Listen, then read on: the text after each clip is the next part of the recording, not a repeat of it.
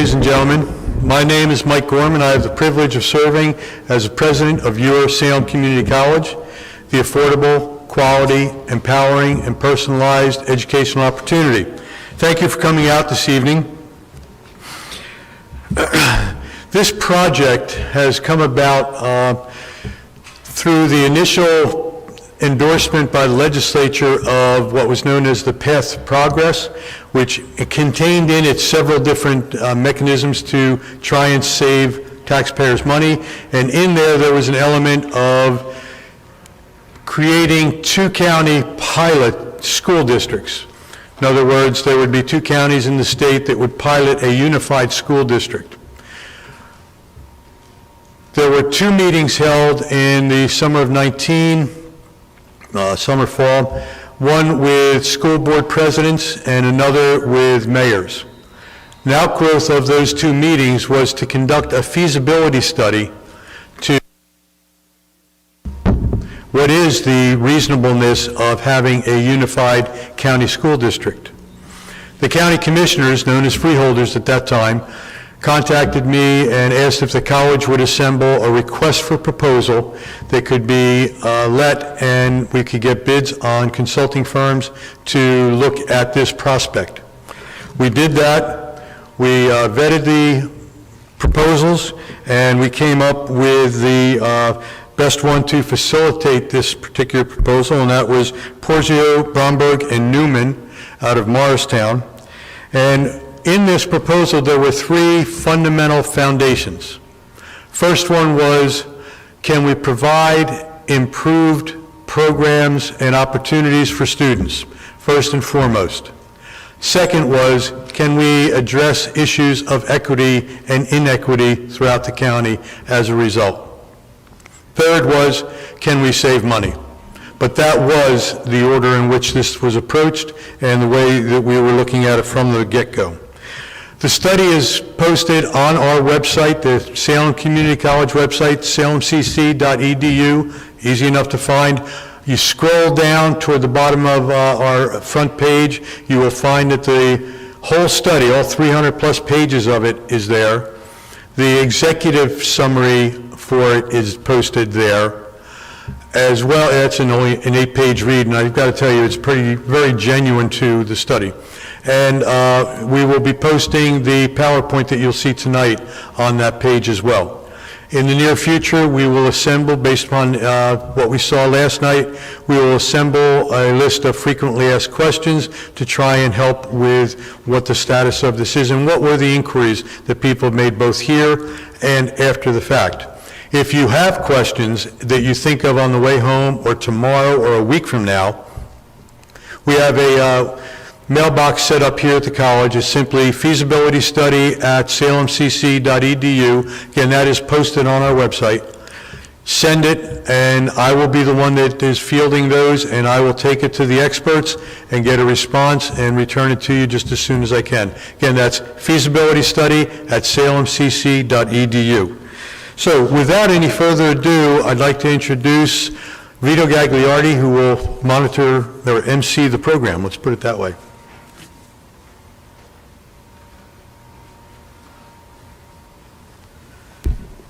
Thank you very much, Mike, and good evening. So my name is Vito Gagliardi, and my partner Carrie Wright and I are from the Porzio, Bromberg & Newman law firm, and we were fortunate enough to be invited to spearhead this feasibility study. Certainly want to thank the county commissioners for taking this project on, and in fact, in that regard, would say to the county commissioners and to the county of Salem, certainly we express our condolences on the loss of Tom Panko, longtime county official here in Salem County. Certainly appreciate the work with the college, particularly Mike. This was a challenging experience because we were given the opportunity to study something that in state history has never been done. But there have been other regional school districts formed in the state, and quite frankly, in terms of reconfiguring school districts, the work that we have done at Porzio means that no one has been involved with more of these projects in the history of the state. It's not even close. So there's so much challenging about this, but it's not necessarily a challenge because it's things that we haven't seen before. They're just similar issues on a larger scale. We recognize that what we're going to talk about tonight is of monumental significance to this county, to its students, to its taxpayers, and we took that into account every step of the way because what we're talking about is so fundamental in terms of how your tax dollars are spent and how your students are educated. And to that point, while we have a team of experts that we'll introduce to you in a moment, and by the way, they're the authors of the study, not attorneys. You wouldn't want attorneys to pretend to be demographers. We just made sure that the work was lawful and in conformance with the law. But we also, by the way, were not told how the study should come out. That is to say, this analysis was not driven by any agenda or any directive. We were simply asked to study whether we thought a countywide regional school district was feasible considering the demographics, the educational issues, and the finances. You'll also hear from the experts that along the way they thought it would be useful to analyze the county being split into two separate regional school districts, a north and a south, to take that as an additional comparator. So you were comparing not just the status quo, but two regional districts as opposed to one. The ultimate recommendation is that of the two alternatives, that is two regionals or one is better educationally and financially, but two regional options were studied because it seemed along the way that that would be a useful thing to do. But as I said, the fundamental structure of the study is to provide information to elected officials. And as I was talking about with regard to the important opportunities for taxpayers and students, this process that you'll hear about tonight, the analysis, is not the end of anything. The report is done. It's really the beginning of a dialogue for elected officials and for members of the community, since it is the citizens who get to vote on any proposed change. So our role is a simple one. Do we think that a change has benefits and is worthy of consideration? The answer to that is yes. But it's your elected officials who will decide whether or not to submit the question to you for a vote, and ultimately, it's up to you to decide if you want to be part of a regional school district, be it the countywide district that you'll hear recommended tonight, or if there are some communities who are not interested and others who are, a smaller regional district with lesser benefits, but perhaps benefits to the status quo. So I think the most critical thing I have to say is that we appreciate and respect the opportunity we have to do this analysis, but we are not the decision makers in any respect. You are. And there'll be a point in time in the future where your elected officials will decide what is submitted to you for your consideration, and any change in structure will be determined by the citizens of an individual community. So if you are in a community interested in voting on this, you can elect to be a part of it or not, but you cannot and will not be dragged into a new structure unless it's something that the voters in your community decide that they want to do. And that's an important issue to remember when you hear this presentation. This is information for consideration of your elected representatives and for consideration by you. And we appreciate the opportunity to bring that information to you. So let me turn it over to my partner, Carrie Wright, who will start the presentation. You'll hear from each of the experts summarizing their work, and then, as I believe Mike mentioned, there's an opportunity for public comment, and we'll be happy to answer questions that come to you this evening, as well as to facilitate the answering of questions that come afterwards. So thank you for your kind attention.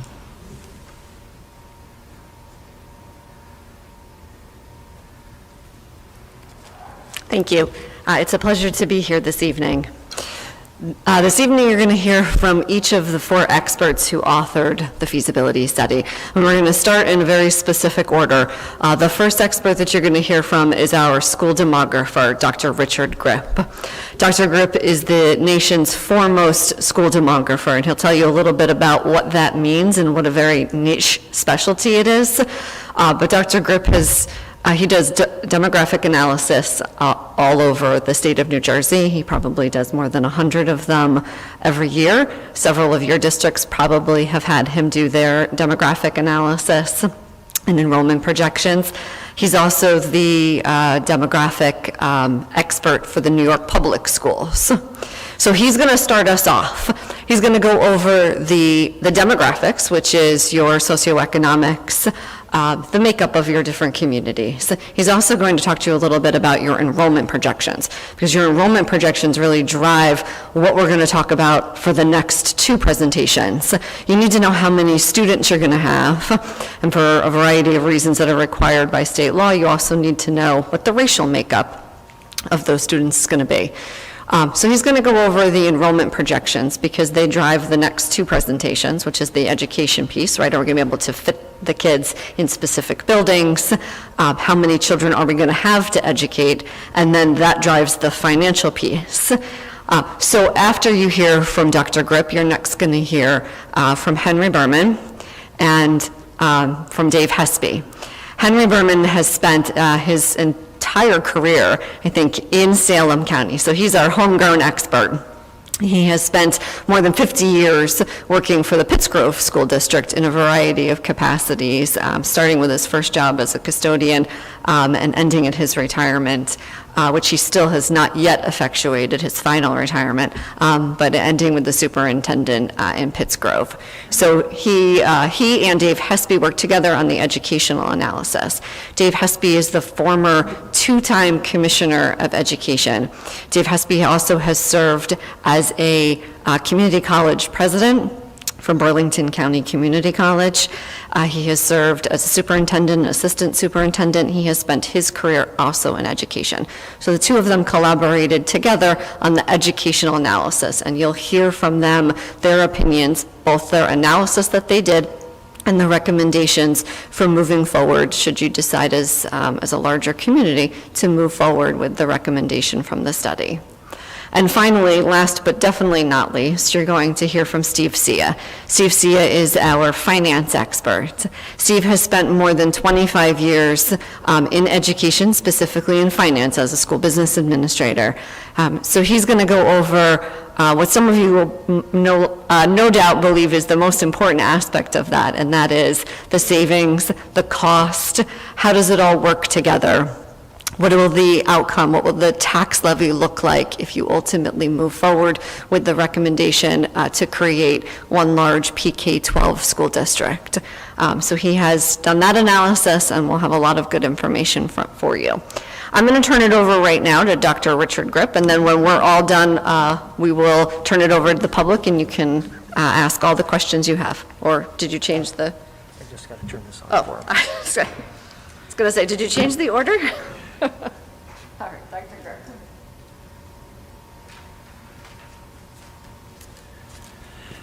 Thank you, Carrie, and good evening, everybody. Thank you for coming out tonight.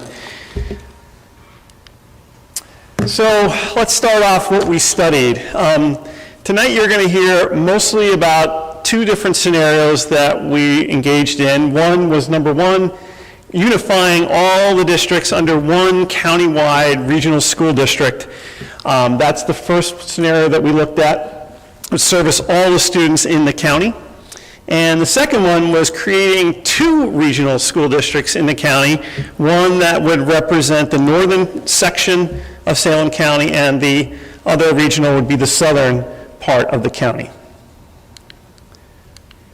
So, Carrie told you a little bit about myself. I actually grew up on the exact opposite end of the state in Secaucus in Hudson County, so it's about as far away as possible. I've been working in this for, it's really about 24 years now. I was a former school teacher. Before that, in Bridgewater, Raritan, Somerset County in physics and statistics. I actually now own a company called Statistical Forecasting, which I'm the executive director.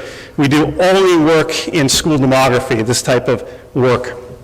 And I still love it so much that I love to write journal articles about different things in school demography and present around the country if I can, after COVID, of course.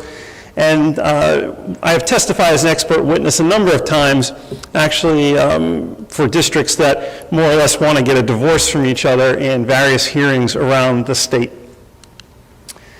So, what do I look at? Well, what I look at first are all the communities that represent in Salem County. So the first thing I look at are population trends. We look at your historical population trends and your future population trends from a third-party agency that I don't do the projections for. It's called Delaware Valley Regional Planning Commission. So we do look at your census data as well. 2020 census data is very limited at this point. We do have the population counts. What else do we look at? We look at the demographic characteristics in each town, things such as race, education, people who have higher degrees of education, what's the income, median family income or household income of folks in the county by town, median housing prices, things like that. Now, why do we even bother, you might say, is that one part of the report, probably about 15, 20 pages, is just a summary on each particular town and all of its demographic characteristics.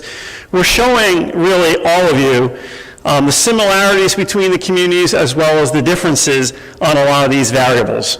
Some communities are very high in the income level and some not quite so high. So we're showing that as part of this analysis. After we get through the macro, which is looking at the communities, then we drill down lower to the micro, which is the school districts. So for each of the school districts in the report, you're going to see a table for each school district that shows the historical enrollments from the 14-15 year to the 2019-20 school year, right before the pandemic.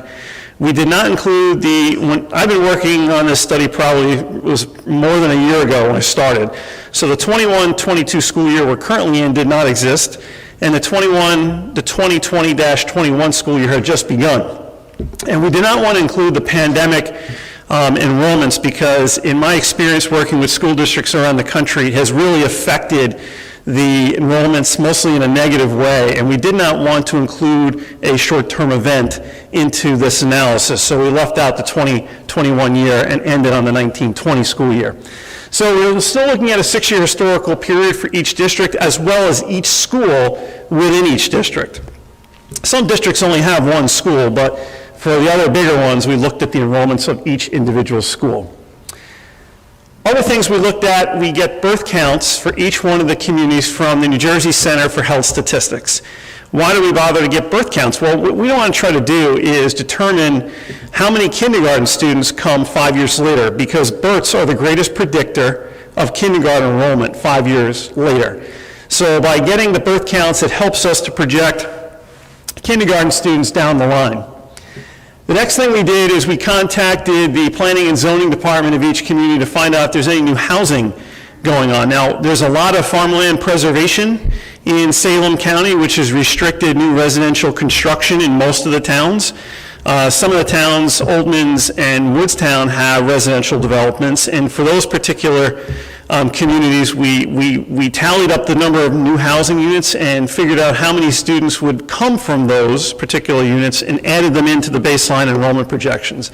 So that's just a little devil in the details with housing and how we incorporated it. Next, we did the enrollment projections. Now, the enrollment projections are done for a couple reasons. We do them so we can see if there's going to be adequate capacity in all the school buildings going forward. That's one reason. But Steve Sia, who you're going to meet in a few moments, is going to use those projections to generate a lot of his financial numbers and the analysis in that particular section. So we projected enrollments for a 10-year period beginning with the 2020-21 school year through 29-30. That was done for every school and every district, of course, as well. So as I mentioned before, the next thing we do is we looked at the capacities. Are the school buildings in each of the school districts adequate in being able to accommodate all the children currently, as well as in 10 years from now? And to summarize real quickly, I can tell you this, is that there is a surplus of seating in most buildings and the majority of the schools in Salem County currently because of some of the declining enrollment. And with the projections that I'm going to be talking about in a moment, we're expecting that the surplus of seating will continue, which is good news because in the sense that you don't have to worry about bond referendums for additions with new buildings and the cost that's associated with that. Next thing we looked at, and this is again to try to see how similar or different school districts are in terms of their student body, we looked at the economically disadvantaged student population. And how do we do that? We just look at the free and reduced lunch, number of students that receive free or reduced lunch in each one of the districts. I can tell you that countywide, Salem County has a fairly high percentage of students receiving free or reduced lunch. In the last 6 years, it's basically between 40 and 43% of the student body countywide. Now, some particular districts in the county go as high as about 75%. Racial impact. Carrie had talked about this very briefly at the outset, that we look at racial impact, and this is really a statute-driven thing where what we look at is if we were to move students around in a particular district, from one district to another, what would be the racial composition of the school district after we move students out? And what would be the racial composition of the district that they're moving to after those students are moved into? That's a consideration in some studies. It's really not really a big consideration in this one, because one of the things we're going to talk about over and over tonight is that we're not moving any students around within the county for the next 5 years. We're going to keep them educated exactly in the schools that they're currently being educated. So racial impact really becomes an issue when you start moving students out of one district into another school district. But since everybody's staying exactly where they are, and we'll talk more about the governance later in the program tonight, there's not going to be a racial impact. So this takes a look at, if you have really good eagle eyes, which I do not, but this is the historical enrollments of Salem County for the past 6 years. And really there's a couple numbers you want to look at. On the far right, there is, let me go back to that. On the far right, you can see it has the enrollment over time for the last 6 years total, PK to 12.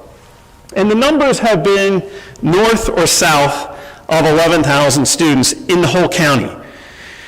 Just to the left of that, there are the totals for the high school population. The high school population has been declining over time. And you might be saying, well, you know, why isn't the PK to 12 population declining? It seems to be fairly stable. Well, it's sort of misleading, because a lot of the decline that would have happened in the county has been offset by two things. The numbers that you see up here include all the school districts in Salem County, including the new charter school, as well as Salem County VOTEC. It does not include Salem County Special Services, which is a district for special education students. So this does include the addition of the charter school, which I believe was in 2019-20, so you get some extra students from that, as well as the expansion of pre-kindergarten students in a lot of programs. There's been some initiatives in the state for some grants for pre-kindergarten students, which some of the districts in the county have taken advantage of. So if you pull out the pre-K population, which is just expanding those programs, you would have seen declining enrollment in the county over the past 6 years.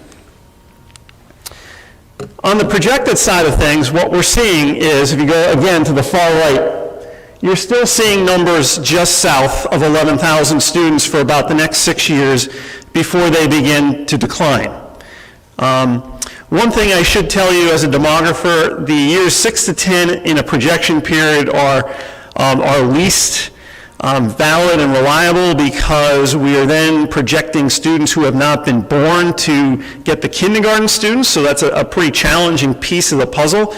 But you can see, at least from a ballpark vantage point, in years 6 to 10, what is going to happen. We have a lot more confidence in the middle and high school populations in years 6 to 10, because those students have been born or they are currently in the system already as elementary students. So as I mentioned at the outset, we looked at two scenarios, one being a county-wide system, and the other one being this regional, two-system regional district set up by geography, north and south. Now the map up there may be hard for you to read, so I just wanted to tell you the names of the towns that we consider to be the north and those in the south. So here we go. In the northern region, it would be Alloway, Penns Grove, Carneys Point, Elmer, Oldmans, Piles Grove, Pittsgrove, Upper Pittsgrove, and Woodstown. And in the southern regional, it would be Elsonboro, Lower Alloways Creek, Mannington, Pennsville, Quinton, and Salem. And we put them together in this fashion because many of the school districts that have only a K-8 district and they have to send their high school students somewhere else, for instance, some of the students go to Salem from the southern part of the town. We did not want to disturb a certain part of the county. We did not want to disturb those relationships. We wanted to keep the existing sending and receiving relationships to the high schools they're currently going intact. So we didn't want to break up those geographies, and that's what led to this north-south arrangement. The enrollments would be roughly 6,400 students in the north and about 3,600 students in the south. So the enrollment side of things would be a little skewed to the north. So this is telling us a little bit about the historical enrollments by race in the county. And what's been happening not only in the county itself, the entire population, but also at the school district level, is that the county students are becoming more racially diverse.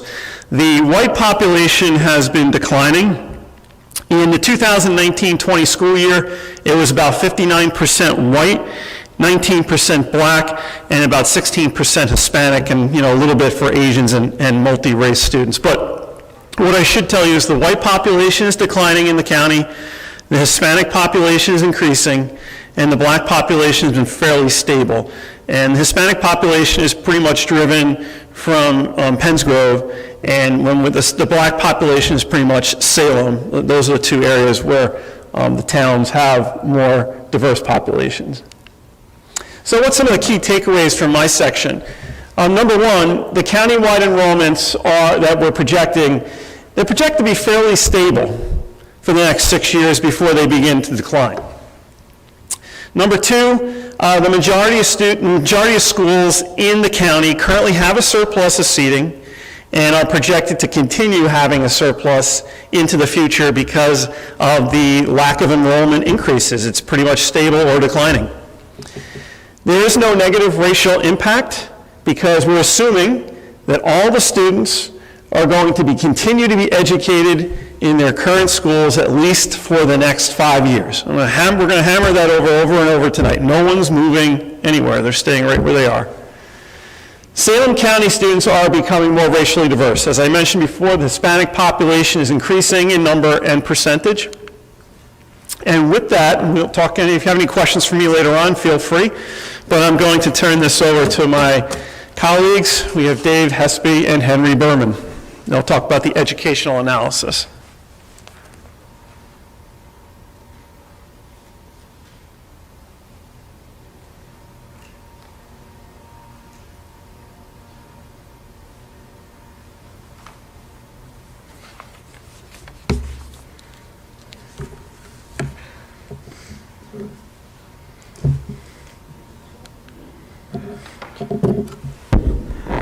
I'm not David Hespy.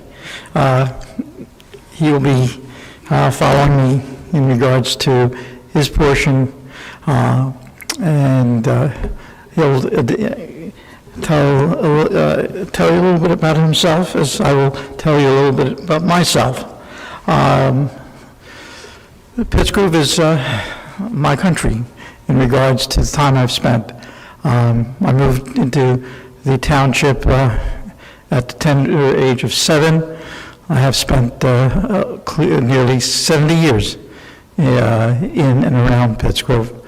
Grew up in the town of Norma, attended Norma School in 1953 when it first opened. My first teaching job was in Norma School, and unfortunately, when it came to employment, I got stuck in Pittsgrove because I never left. After 51 years of spending my total educational career in Pittsgrove, I'm on very common ground. During my term here, I got to know all of the superintendents, the business administrators, a lot of teachers in regards to being here. Got to know board members, board presidents. Gave me an edge in regards to coming to this forum, because now I'm considered an expert on Pittsgrove Township and their schools. And also, part of that has rubbed off on the other schools that I worked with. We did, basically did shared services for a while, so we worked with 6 school districts providing business services, and that gave me a clue into what will or won't work when it comes to providing a combined operation. We're noted in Salem County for doing some rather unique things.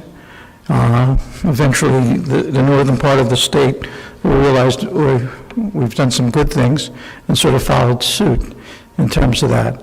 When I retired, I also have done some interim work in 2 of the school districts in this county, both Penns Grove and Pennsville. Having said that, it gave me an insight on what the facilities were like. I've been in every school in the county, one way or another, so I'm extremely familiar with the facilities. So I was the right person to talk about what this community educationally and in terms of facilities were like. Well, when we start the process, there's always a goal in terms of what we are going to be involved with. And that goal, first of all, was to consult with the stakeholders. You know, as I said, I had an edge in terms of talking to the stakeholders. Some of them worked for me as assistant superintendents. Some of them worked for me as business administrators, financial people, and a variety of other roles. I got to know in my travels a good many of the board members and the presidents of those boards. Having that sort of in my back pocket, I could kind of tell where people were coming from in terms of their concerns. Having said that, that was the goal. We followed a particular process. I spent time interviewing by telephone, by personal visits, the administrators and the stakeholders that operate the schools here. And we talked about items that deal with the facilities. Were they comfortable with them? Do they think needed improvements? And we always wound up the conversation in one form or another of their views of consolidation.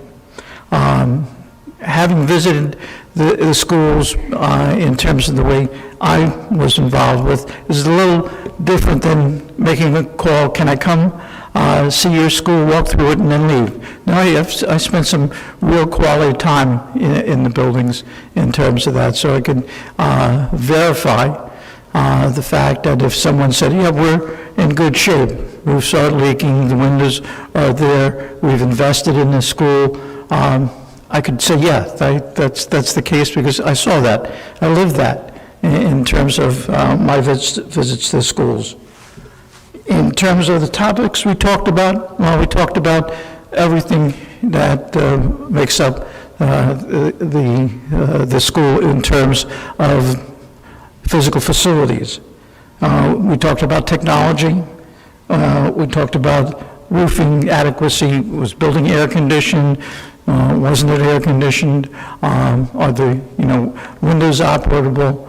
What were the issues that you had with people who needed appropriate access to the buildings, both physically and also when we talked about technology? Did your students have access to the internet? Was it reasonably fast enough so you can use it as a learning tool? Got some very straight answers to that, and I felt that there was a comfort level in terms of what was happening within the school districts.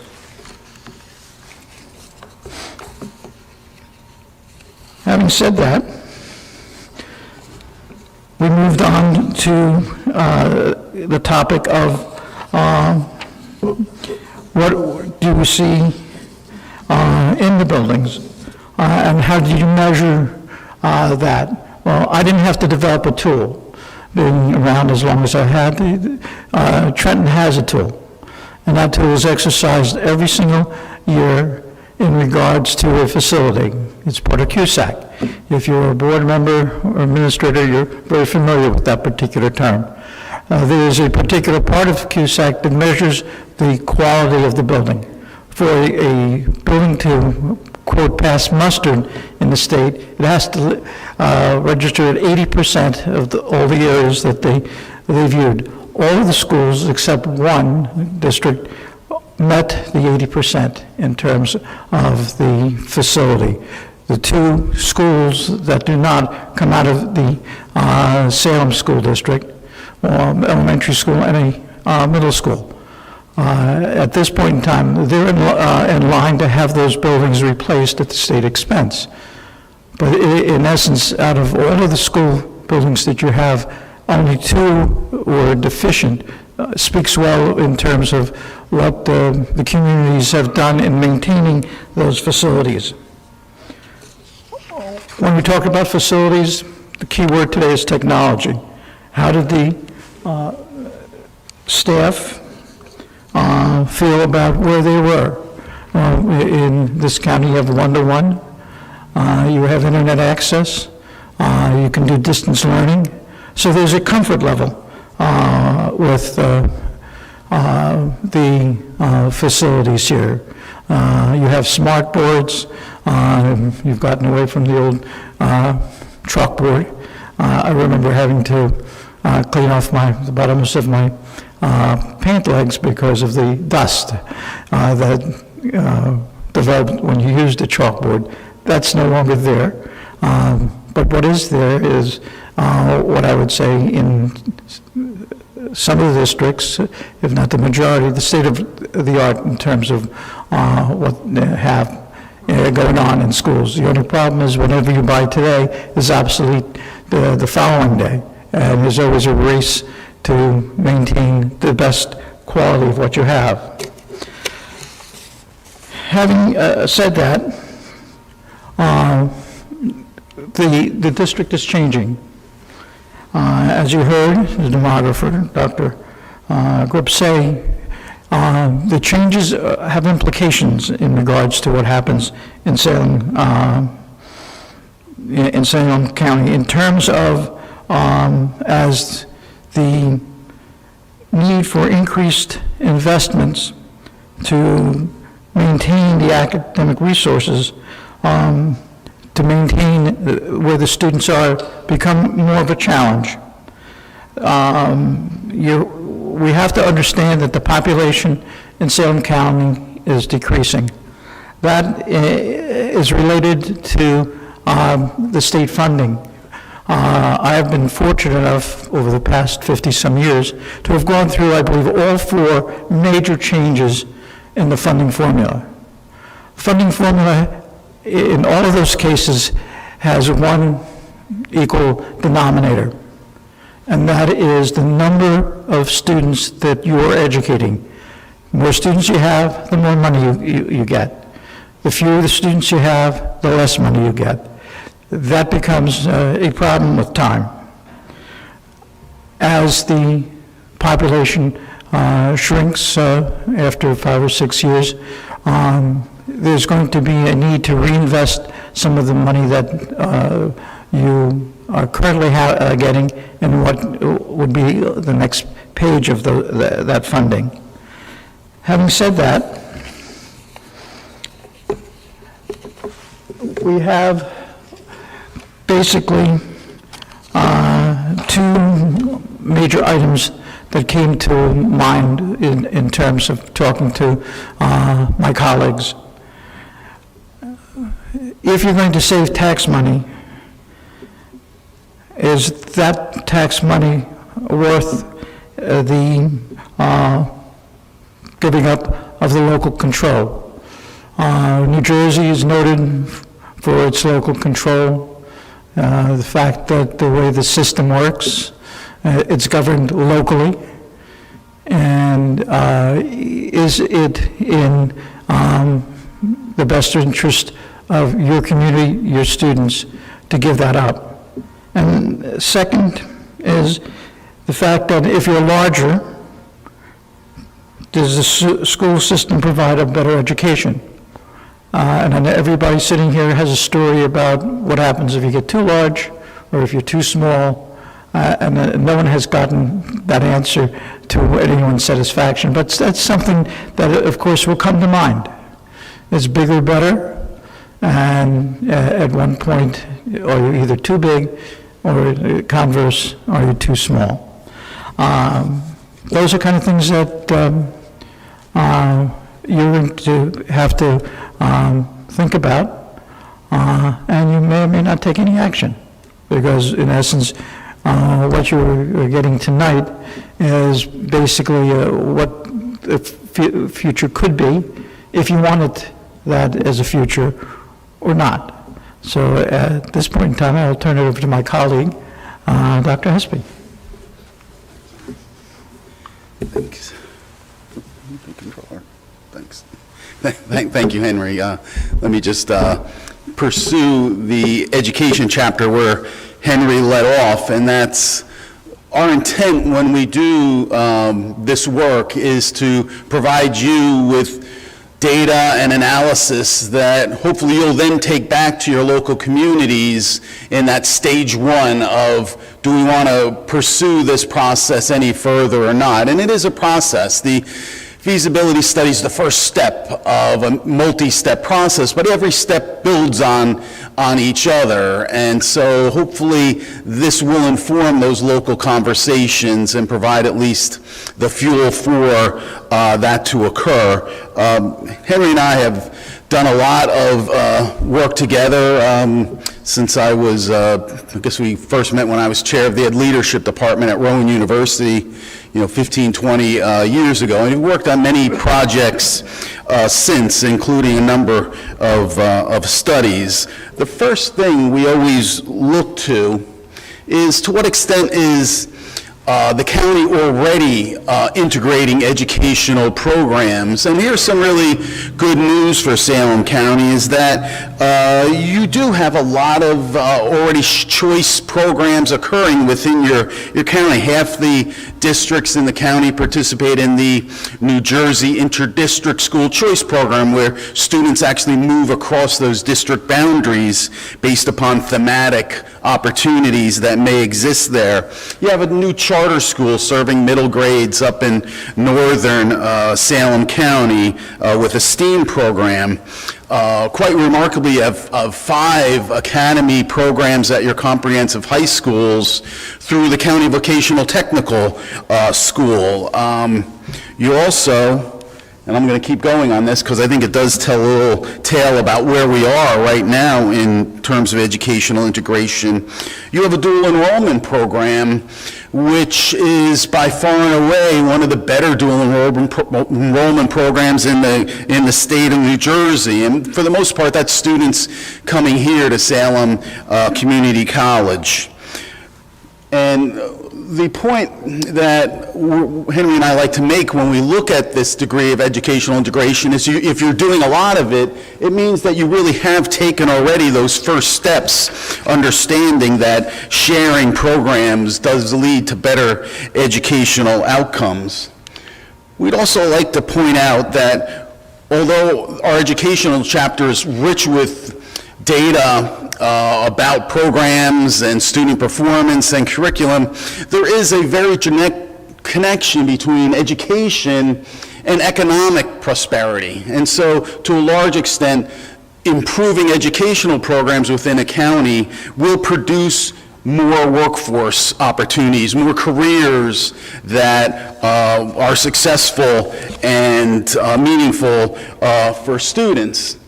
And also good news in Salem County is the way you go about that is using a career pipeline. You create a career pipeline, and that involves a whole bunch of different entities, from the Votech School to the county college, but also at the county level you have a workforce investment board, you have a chamber of commerce, all working together I think can create a much better career pipeline, and that could be one of the advantages of pursuing a greater countywide approach.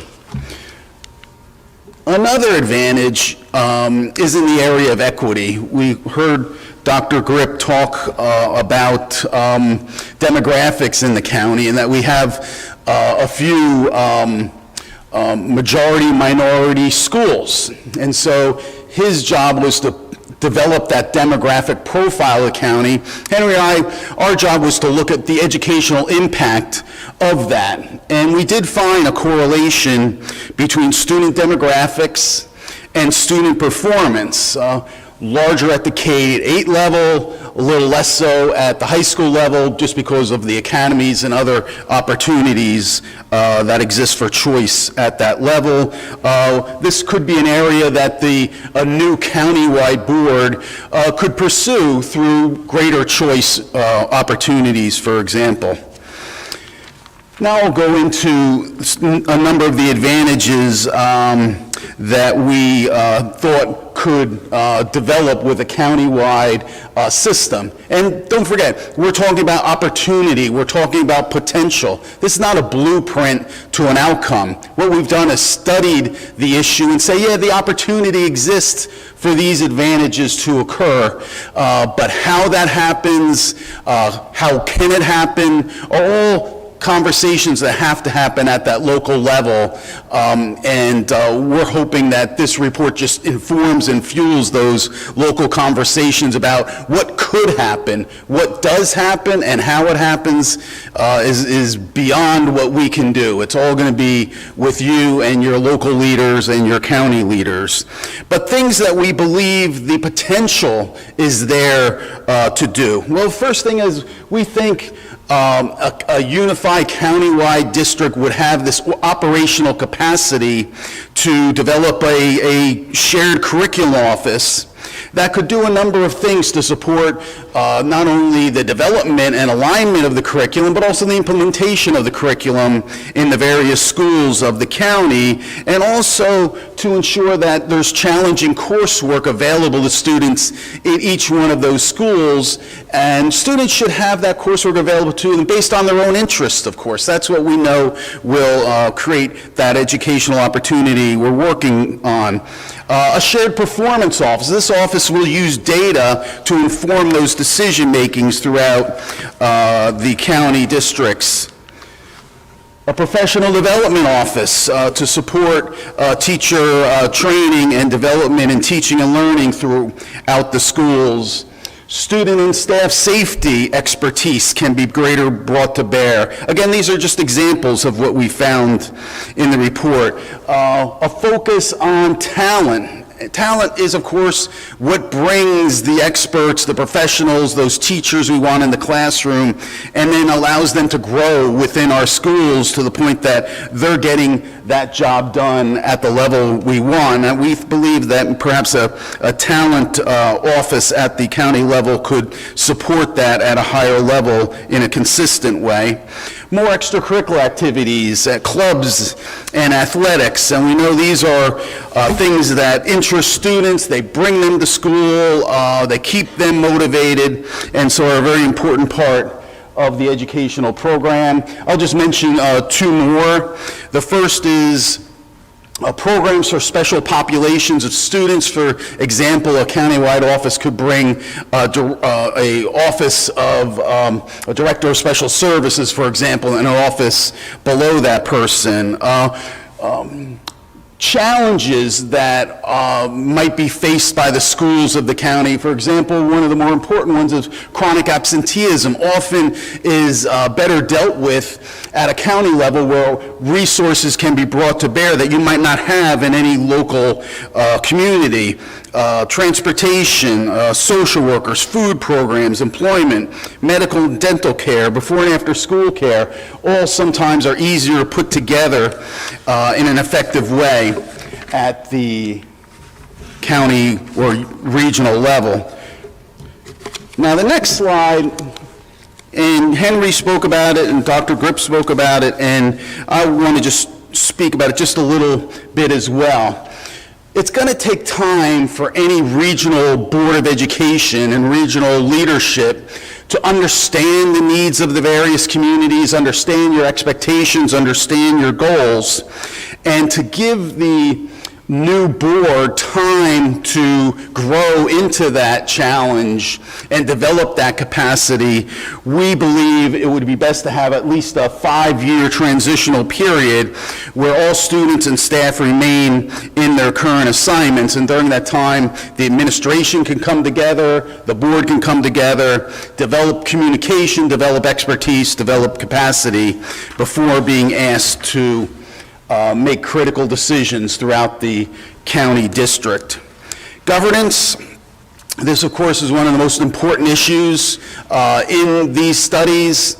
Local, as Henry alluded to, local control is one of the most important concepts in the state of New Jersey, that decisions occur locally. And we tried to come up with a system that is different than the one you'd provide in statutes. The law currently allows a new regional being formed to develop a different governance structure than what the statutes would normally dictate. For example, if you have a regional this size with this many members, the statutes would normally call for at-large voting so that some of your communities might share just one member, and we didn't think that was the right way to go. Instead, we're recommending that you look at a 15-member board so that every community has one member with weighted voting by population. So we kind of get at both of those issues simultaneously through the structure. Again, the governance structure is up to you. We're just making a recommendation that this bears looking at. We also think that you have a very valuable resource in the county, and that's you have sitting boards of education that do understand the communities, do understand the schools, and we don't think abolishing those boards right off the bat is the right approach. Instead, perhaps asking them to remain on as a bridge between the new Board of Education and the communities in advisory capacity, at least during those first years. And we also believe that formalizing a countywide curriculum council through the new Board of Education would be another way to make certain communication is clean and robust between the county board and the local communities. Almost every county in the state has a shared curriculum consortium of some nature, mostly informal, but we believe that formalizing that makes sense. So we're going to move on to the financial analysis, but let me just spend just 30 seconds on when you read through the education report. It's 110 pages. What you'll see in there, the first thing you'll see is a general description of all the schools in the county, all the districts. It's all pulled from public databases. The reason it's there is that there's probably going to be readers of this report who are not familiar with Salem County and deserve to know what you believe is important, what you are proud of. And then we go into reviews of curriculum, the extent to which students are achieving the curriculum. We look at professional development among the schools. We'll look at academic data, achievement gap data, student growth data. We'll look at special populations data. We'll look at transitions, how many transitions students make. We'll look at school safety issues. So you'll see around a dozen other issues thereafter that we look at and provide data on and analysis, again, to guide your conversations at the local level. Now, Steve, it's all yours.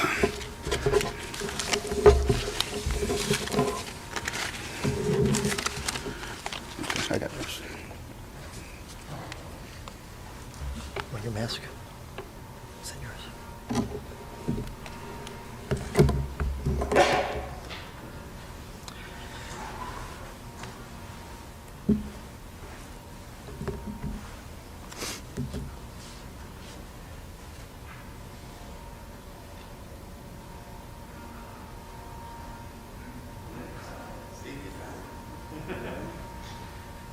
Okay. My name's Steve Sia. I completed the financial analysis. This slide provides some of my background. I have 25 years as a school business administrator, from a K-8 district with 500 students to a pre-K through 12 with 4,500 students. So I have a range of experience with various school districts. And it just so happens that the educational advantages are certainly compelling, as was just reviewed, and we need to consider the financial impact of a regional. So that's what I'm going to be focusing on. But first, I wanted to give you an idea of the types of districts and put that into some context. And this slide provides you with some of the varied structures that we were dealing with in the study. So 15 municipalities, 14 educational entities. Those entities included 7 PK through 8 sending and receiving districts with agreements with area high schools, 2 PK through 12 regional school districts, 2 standalone PK through 12 districts, 1 PK-12 consolidated district serving 2 communities, the county vocational school and the charter school. So certainly a complex variety of organizational structures were considered as part of the study. So let's take a look at the framework. The model that we used and developed included some documents such as the audited financials, both revenues and expenses, as a baseline. We use the user-friendly budgets. We use the demographic projections and those enrollment projections from the demographics section. So we got all that data together, and we use it to project the revenues and expenses over the 10-year period. We also, as part of the model, included some key assumptions.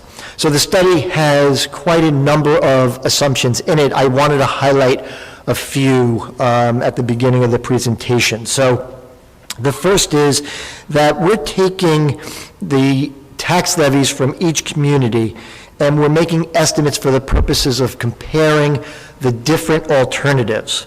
And it's not meant to approximate some future tax levy. So it's a projection for comparative purposes, not intended to be a prediction. So state aid for each of the districts, we also assume before and after are the same as the 2018-19 school year. We do make a consideration for aids that change by virtue of the change in structure. So as we change to a regional, what's that going to impact? And there are 2 aids that does impact. The first is intra-district choice aid, and the second, which is you'll likely lose a little because there are students that from within the county go to some of the choice districts, but there are also students from outside the county that come into the county for those choice. And if the new regional becomes a choice district, then the students from outside the county coming in, aid will be maintained for those. But students from within, there may be a loss of aid.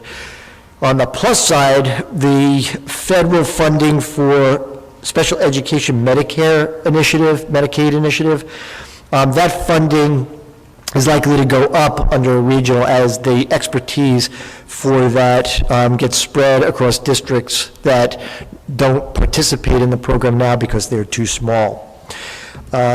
In terms of another assumption, we assume that the educational programs in the future are equivalent to those in place in the 18-19 school year, that the tuition costs are based on the actual state certified rates. The present organizational structure and the alternative configurations were calculated as though fully implemented in year 1. As was indicated earlier, there's usually a phase-in, but for financial purposes, we like to look at an implementation from phase 1 because it better reflects the full financial impact over the 5 and the 10-year period. We also assume that current collective bargaining agreements remain in force until unified, all-purpose regional agreement can be negotiated. So we're going to get into the savings for the countywide regional. But I want to take this opportunity and just clarify, because I think at our presentation last night, some people, I think, came away with a misconception that this would be a county-run school system. So the law really doesn't provide for that. What this would be is a regional school system with all the districts that are in the county participating in that regional. So the regional would run and operate the school, not the county government. So I just wanted to clarify that, based on some comments that we got after last night's presentation, we wanted to clarify that specific component. So with that said, as you would expect, unifying into some regional where we're bringing districts together are going to generate some savings. So what does that look like? So on the full countywide regional, we calculated savings of $6.8 million. And to put that into some context, as you can see, it represents about 3% of expenditures and about 8% of tax levy. There are also two major categories of savings. There's economy of scale and efficiencies. So when many people think about bringing small districts together and creating a bigger district, their mind goes to economies of scale. It's a larger organization to bring more purchasing power to bear, get deeper discounts, and because they have larger buying power. And that's certainly the case. In some areas, you will see economies, particularly in the area of food services, where everyone kind of does their own thing. But the major component of the savings is going to be in efficiencies. So efficiencies are broken down into two pieces. The first is direct cost savings. So those direct efficiencies actually bring down the costs and reduce tax levy. The second are indirect savings, indirect efficiencies. So they're still economic savings, but they don't lead to tax reductions. So what does that look like? So generally, when you have a function, and that function is now put into a central location, the individual who's doing that function will continue to be in the district, but not have that specific piece, that task to do. So they could spend their time doing more efficient things to bring the organization forward. And we see that with New Jersey Smart, for example. The student data gets transmitted to the State Department of Education. Every school district's responsible for doing it. There's someone in every district, maybe two, that has that function. But if that function is centralized, one or two people will do that. The other people in the other communities that have that task will be tasked with other more productive responsibilities, in essence, improving their efficiency. I'll give one other example in the area of technology. The study does not call for the elimination of any computer technicians. But grouping all that technology staff together allows the larger organization to be able to assign a person to handle cybersecurity, for example. And with the increased reliance on software and data, that couldn't be more important in this day and age when you see the number of ransomware and virus hits within various public entities. So there it's, again, you're not losing a position, you're gaining some efficiencies to make the operation work better and stronger. So what kind of methodologies did we use in order to determine what these savings would be? Well, as you can see, we used three different methodologies. The first is comparable districts. So we looked at other districts, the size of the regional, and how do they spend some of their money, and are there some lessons that we could learn from a larger organization? And there are, and I'll give you one good example in the area of audits. So school districts that are about the size of the regional that the county would be spend about $73,000 on their audit fees. Collectively, all the districts within Salem County spend $253,000. So that's a savings of $180,000 in audit fees alone. And there are other areas that I think are applicable for the comparative district methodology. We also built out cost centers and modeled them to determine what the central office staffing would look like. Superintendent's office, assistant superintendent, business offices, what do those look like? What kind of staffing would be needed, and what kind of redundancies would exist there? So as you can imagine, there are a lot of savings from that component. The third methodology involves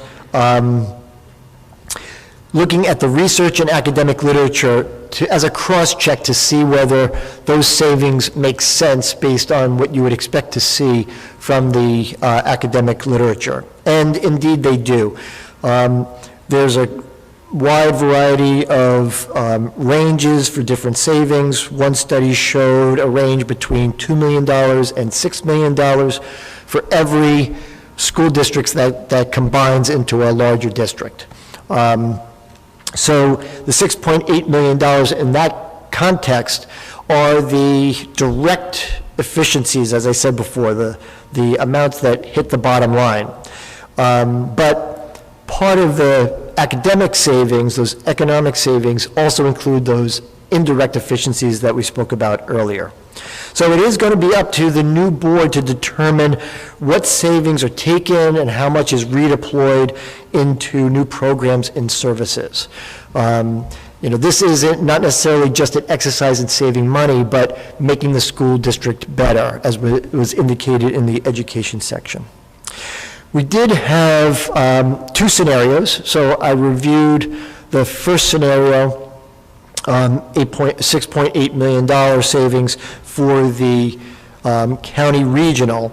The split between north and south generated lower savings. So in the north, we saw savings of about $3.8 million, and the south about $1 million. So collectively, about $4.8 million. So there is significant amount of additional savings when we group things for all the districts within the county in one regional.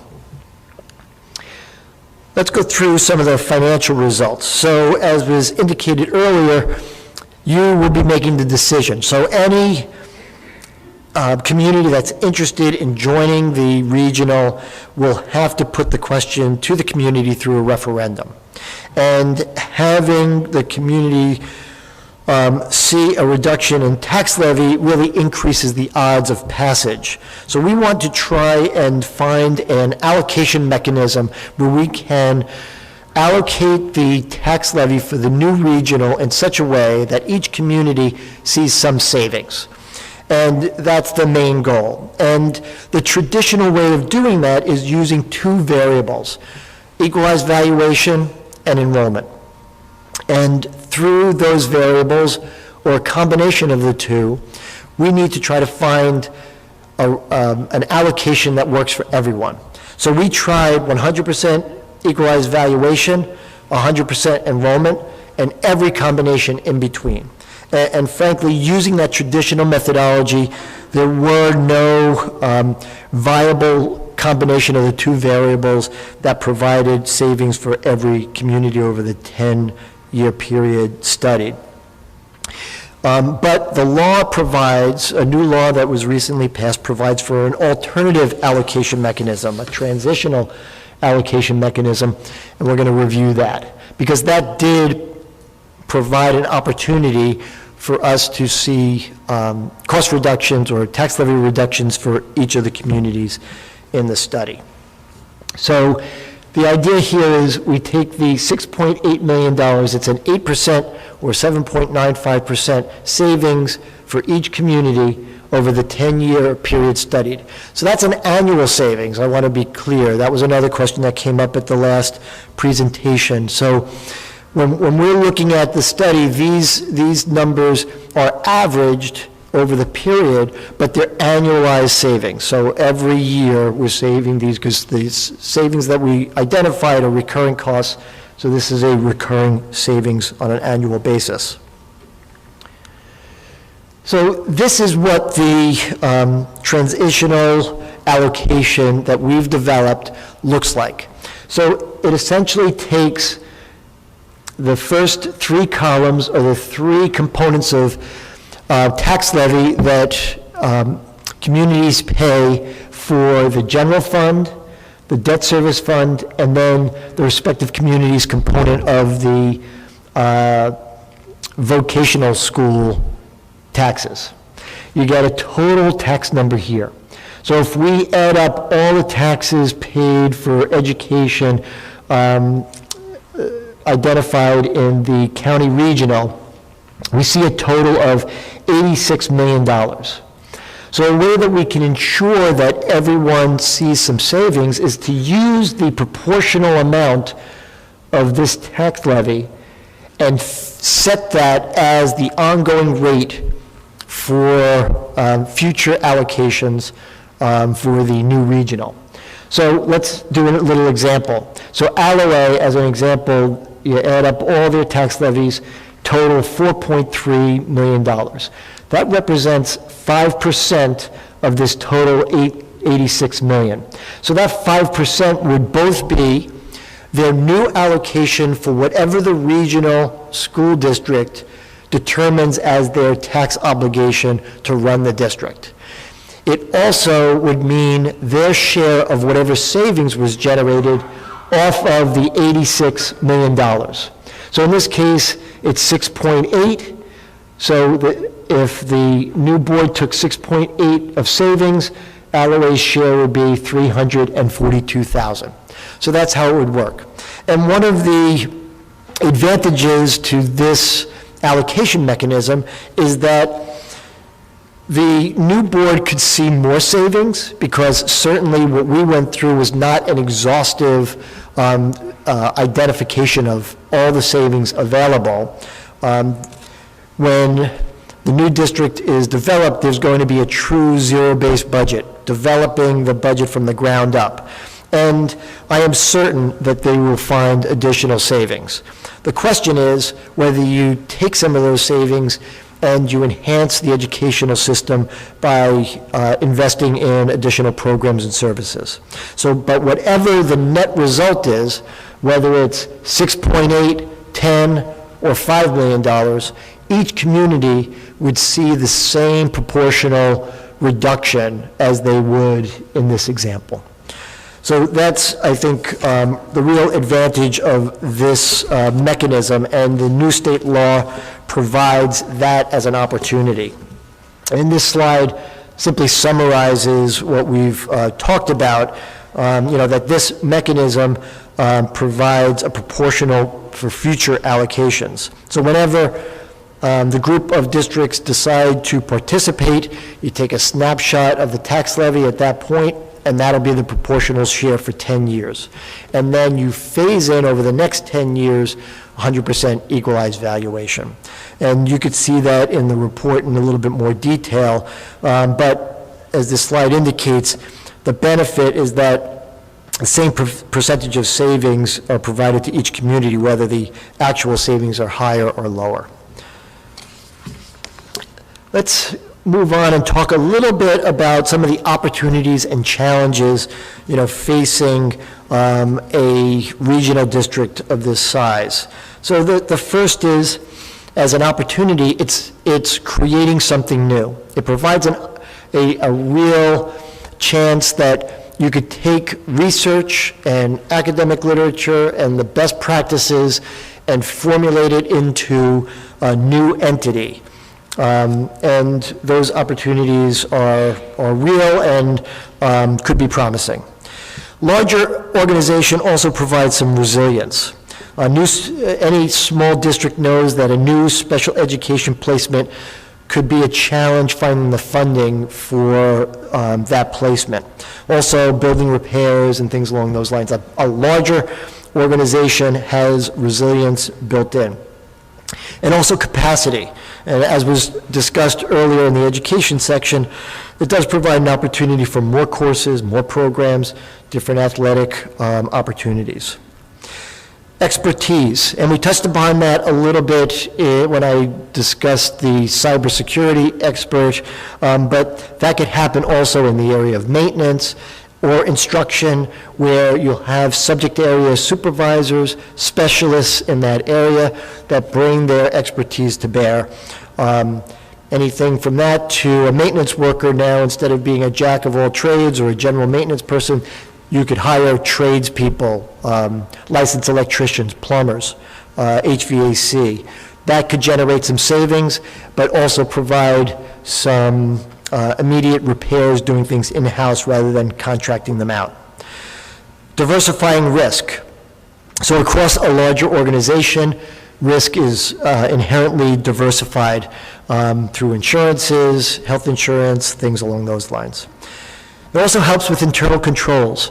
Smaller districts have difficulty having enough people working so that they have tasks that are subdivided such that it provides financial integrity. When I was working in a small K-8, it was me and a secretary, and it was hard to balance the internal controls necessary to make sure that the district's finances are segregated in such a way to ensure their integrity. And also cross-training. So getting multiple people within a department to learn other people's jobs to be able to cover during absences. Those are some of the opportunities, but there are certainly challenges.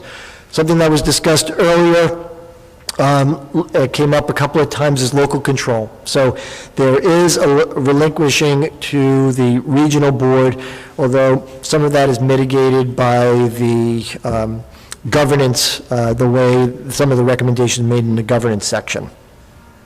Accessibility. Right now, each community has access to their boards. They may have closer proximity. By necessity, there would be one Board of Education, and by the virtue of the size of the county, it will be less proximate than the current boards are. And organizational culture, and I think this is probably one of the is a significant challenge for any organization to try and develop an organizational culture. Now, blending the various districts' cultures together will be something that will need a lot of direction and attention in order to bring the various communities together under one umbrella. Let's take a look at some of the financial takeaways. Some of these things that we've mentioned already with regard to the savings, the choice aid. Something that we didn't touch on was the borrowing margin. So by the way the state calculates what a district can borrow, it's based on a percentage depending on their structure. So by grouping all the districts into a pre-K through 12 regional, it increases the borrowing margin by almost $18 million, which would help for any future expansions.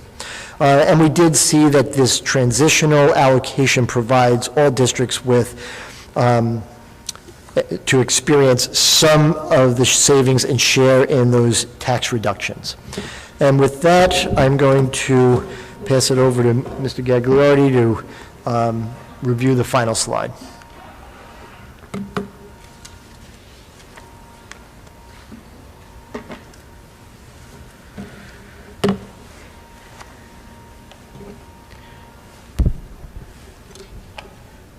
Thank you, Steve. So as I mentioned at the outset, while we looked at the status quo and compared it to the all-county regional, there was an intermediate analysis as far as the two regions is concerned. As you can see, there are virtues to both regionalization scenarios, but the unanimous consensus of the experts was that the countywide regional was more advantageous. There are advantages to both, as I said, but the conclusion was, and the report makes clear, the benefits across the board of a countywide region, particularly with regard to the educational opportunities and the financial benefits. So the report, which, as Mike Gorman mentioned, is available for your consideration, I'm sure will be the subject of a great deal of debate. However, to the extent that the report, as you reviewed it, and the presentations led to questions you'd like to ask immediately, will be available to do that, but let me not take that responsibility in terms of how that's going to be run on. I'll turn it over to our host, Mr. Gorman. Thank you. What we have done is there's a microphone down at the end of this aisle. We ask that you take your place at the microphone, direct your question. Vito will call upon one of the experts to respond to you. If you've got a question that has already been raised, we don't need to hear it a second time. We are taking notes on all this. It will be amalgamated into one document that we'll be able to share with everyone. Last night, we went for about 90 minutes with questions. I'm hoping that we can keep it under 60 minutes. Right now, I have 8:25 roughly, so we'll try and wrap this up over the next hour.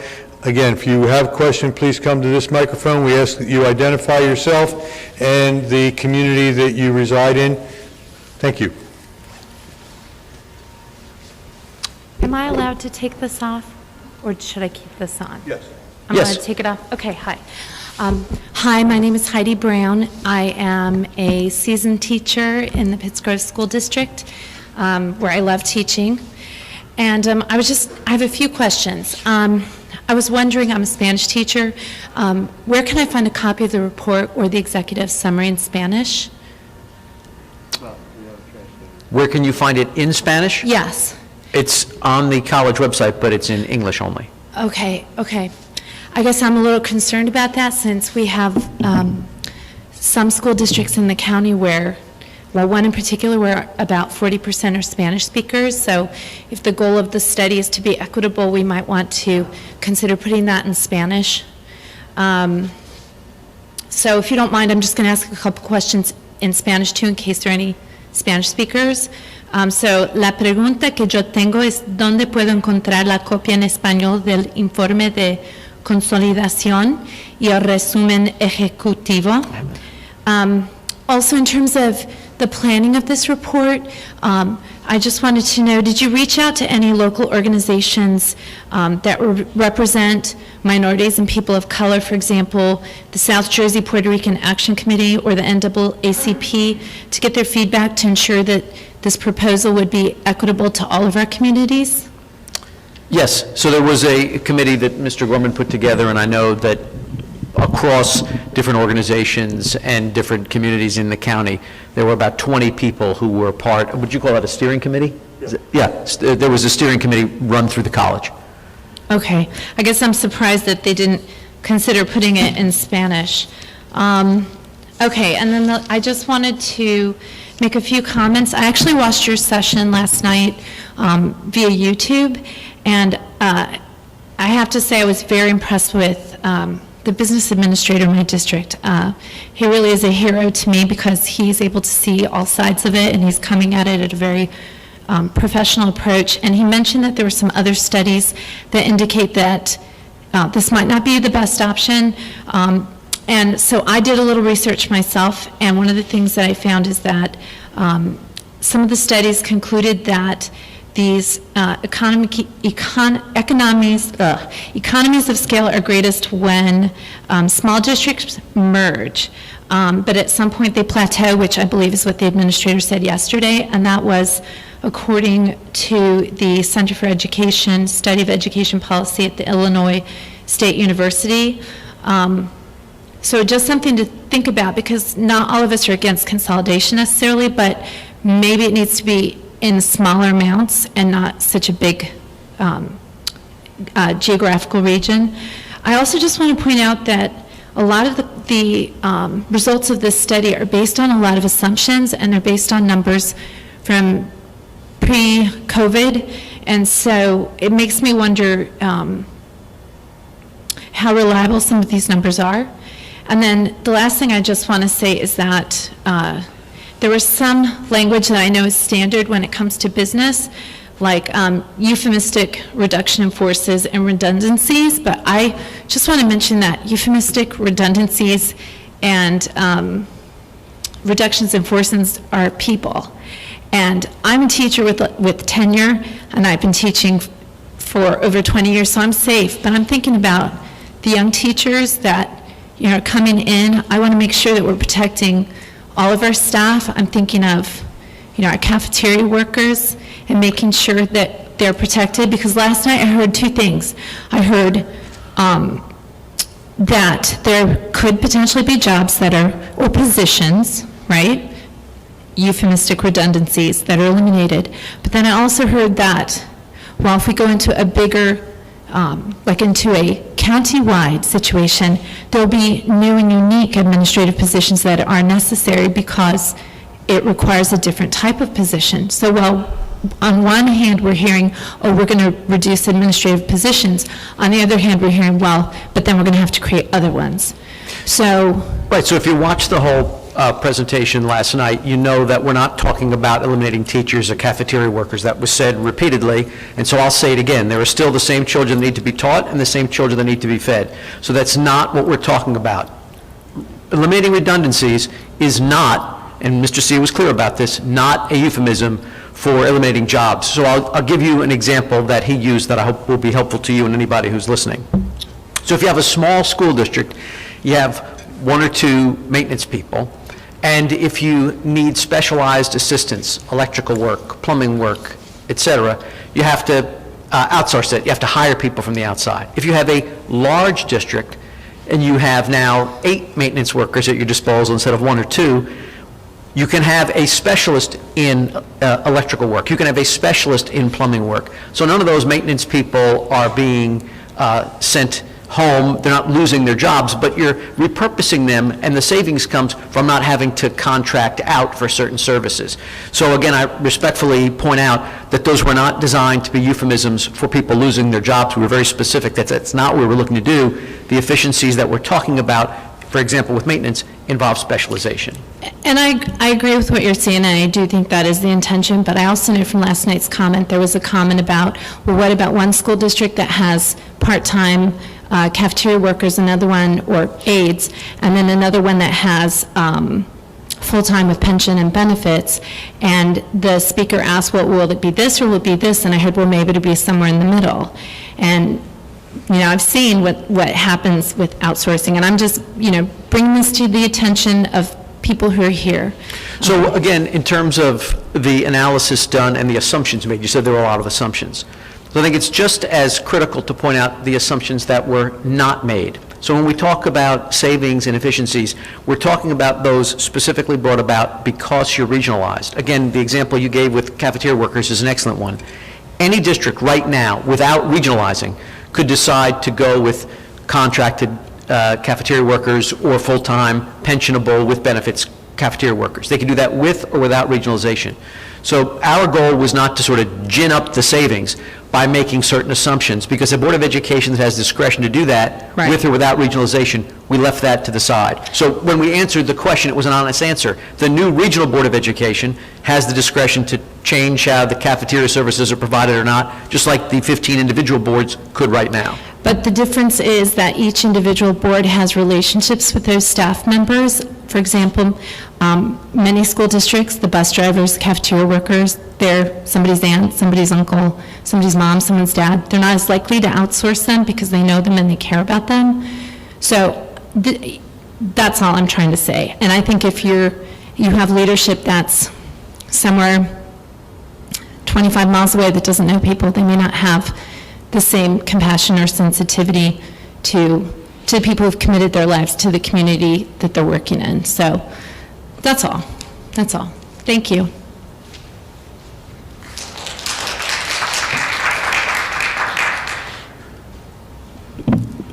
Hi, my name is Melissa Tomlinson. I'm actually a resident in Atlantic County, but I came tonight because I know this is a pilot that the rest of the counties will be looking at, so I want to make sure that we do this right and questions are answered. My first question, I'm wondering, in this study, forgive me, I forget names, but the first gentleman mentioned that he went around and did interviews with staff and administrators and other people, and this is a qualitative analysis. So I'm wondering if there's a transcription available of the responses and the different questions that were asked. I know when I do research and I do a qualitative analysis, I have to provide a transcription for that.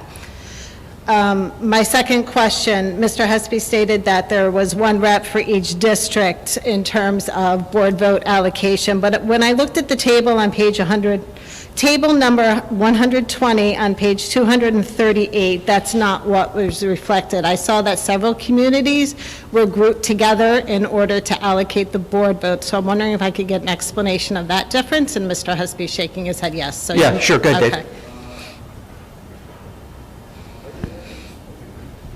And then I push it again. It is now green. So if you go, that chart that you're referring to is simulating what would happen under existing statutes, which provide for these at-large elections where smaller communities will have just one representative shared amongst them. If you go a couple of pages farther down, we indicate that, well, the better approach would be to have every community with one member, and then to weight the voting by population. So you have that communication clean, but then you reflect the population differences through the weighted voting. So you'll see that chart a few pages farther down. But yeah, the chart you're referring to is what would actually happen under existing statutes if we used existing statutory authority. But the statutes also allow you to develop your own governance structure, and our recommendation is for you to take a look at that, and if you do, perhaps having every community with one member makes more sense. Okay, thank you. Sure. 330 pages was a lot to read through in a short amount of time. I give you a lot of credit getting that through, to tell you the truth. It is dense, but hopefully people will spend the time. I think we might have another snowstorm this weekend, so that might provide that opportunity to all of you. Okay, and I have another question. It's table for you as well. 121. 121, thank you very much. I'll take a look at that. And then, Mr. Hesby, you also spoke about the potential educational impact. I heard a lot about potential that could be achieved with this move to consolidate. It seemed to me personally that with strategic collaboration of districts and the superintendents, that a lot of this could be achieved anyways. So I'm wondering if there was an actual data analysis of proficiency scores that was compiled, maybe one that replicated the 2013 study that was released by Seton Hall. That study concluded that bigger is not necessarily better in terms of educational outcomes, or were the results of the study even looked at? Yeah, we certainly have tons of student performance data in the study that you'll see, disaggregated achievement gap, student growth, so you'll see that all there. Every study provides different perspectives, right? And what's important is to try, what I always try to do is go down to bedrock, and that's what are those characteristics of successful schools that we can all agree on. And that, if you look at that and then you say, all right, at what size do you think we can start seeing those characteristics really play out? And then you have to overlay the New Jersey perspective, right? We have high costs, we have state aid distributed in a fairly disjointed way, and when you look at all of that, and one of the reasons we're experts is we bring our own perspectives to it. You know, I was superintendent of a district of 3,000 students, and there's a lot of things I couldn't do because I just didn't have the capacity. Perhaps at 5,000, you start developing that capacity, and certainly at 10,000, you'll have it. Now, at what point did you become too large? Well, that's what Henry in his interviews was trying to get at. At what point does that become too large? And I think that's part of the conversations to be had out there. What point do you become too large? Right, so my concern with this is we know that one of the leading indicators of student success besides socioeconomic status is class size. So we're basing a lot of this study on the idea that we're moving towards 100% enrollment in the buildings for it to become effective after the 5-year plan. I have a lot of issues with this because in my mind, the future, that means that some school buildings will be closed in order to achieve that 100% enrollment with the declining enrollment in Salem County. And if you're pushing towards that 100% enrollment in the buildings, then what are you doing to the class size? So I just want to make clear, no one is pushing toward 100% enrollment in any of the buildings. We're not moving students or teachers around at all. The reference to 100% enrollment that you heard is a funding formula where it is based either on 100% pupil enrollment or 100% equalized property value or any combination there too. We are not suggesting, and nowhere do we suggest, that the savings would be achieved by moving students together, closing schools, and trying to achieve 100% enrollment in a building. That's not in the study at all. Okay, okay. And then there was a comment about how, and I think this was in the financial analysis, that districts were looked at that were of the same size, and I'm wondering, when we talk about same size, are we talking about same size enrollment? Are we talking about same geographic size? Are we talking about both? And I'm wondering if any kind of analysis was done about the potential cost increases as you grow over a geographic size. We know if we go to a countywide district, we're going to have students start going to other buildings and start seeing other programs. In Atlantic County, we have Greater Egg Harbor Regional that has those magnet-type schools and different programs, so students are going all over, and that has increased our transportation costs. So I'm wondering if that was taken into account. Steve?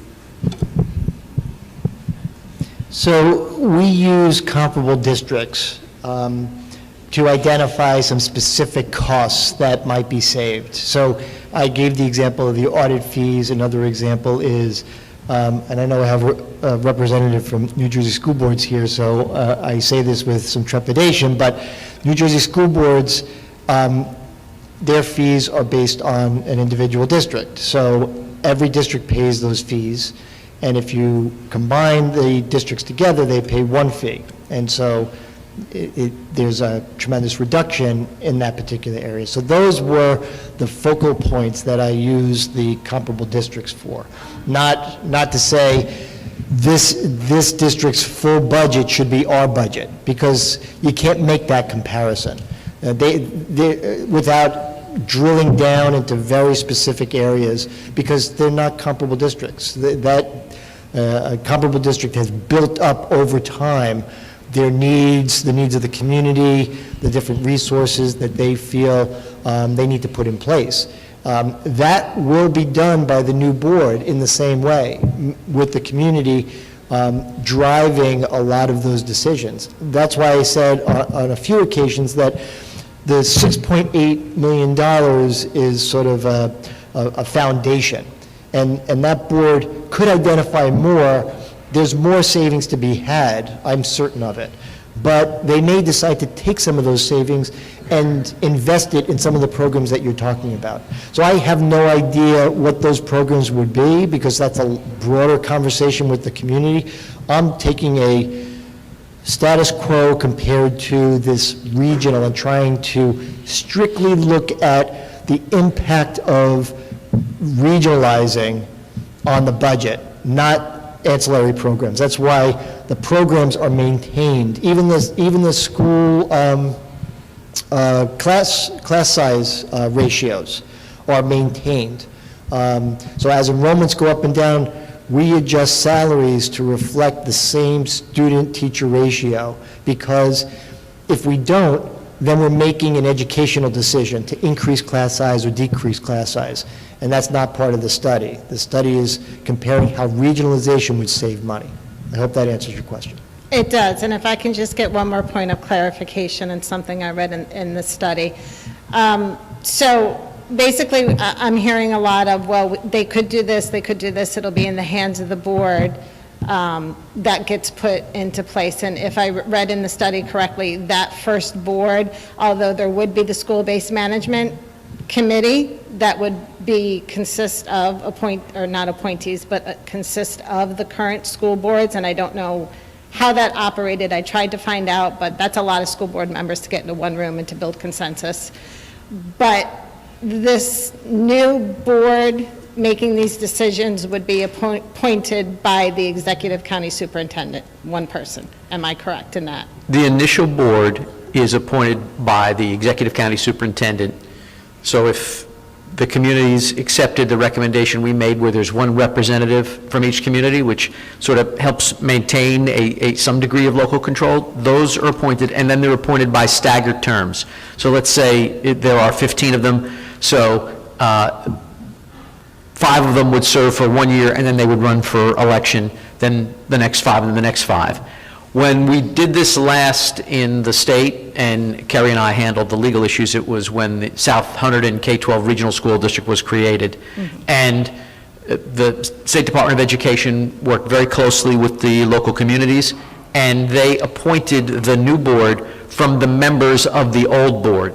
And they did it with about a year to go. So you had a board that was going to be the new board, consisting of representatives of the old boards, that was acting in an advisory capacity, but had no legal authority.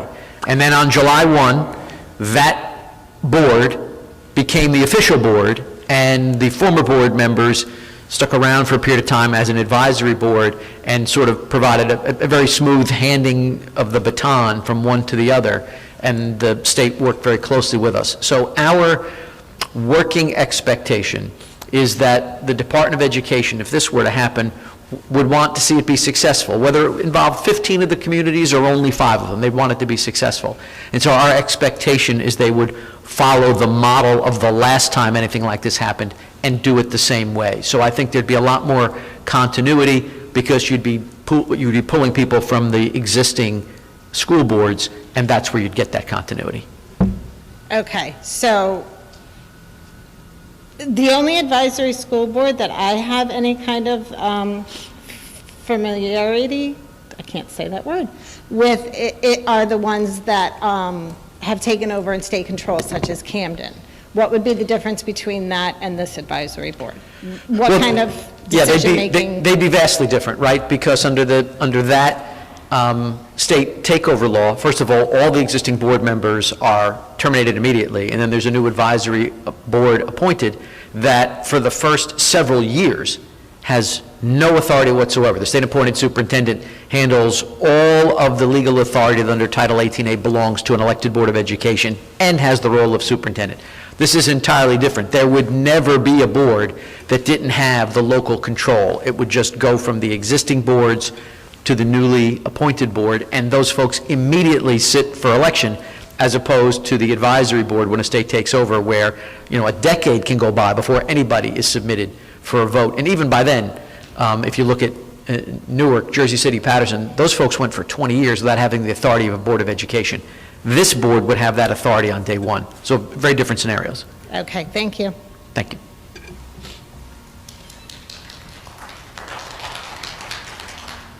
Rob Scardino, Woodstown, Piles Grove Regional Board of Education, and 28-year teacher. Can you tell me what sports would look like under this regional model?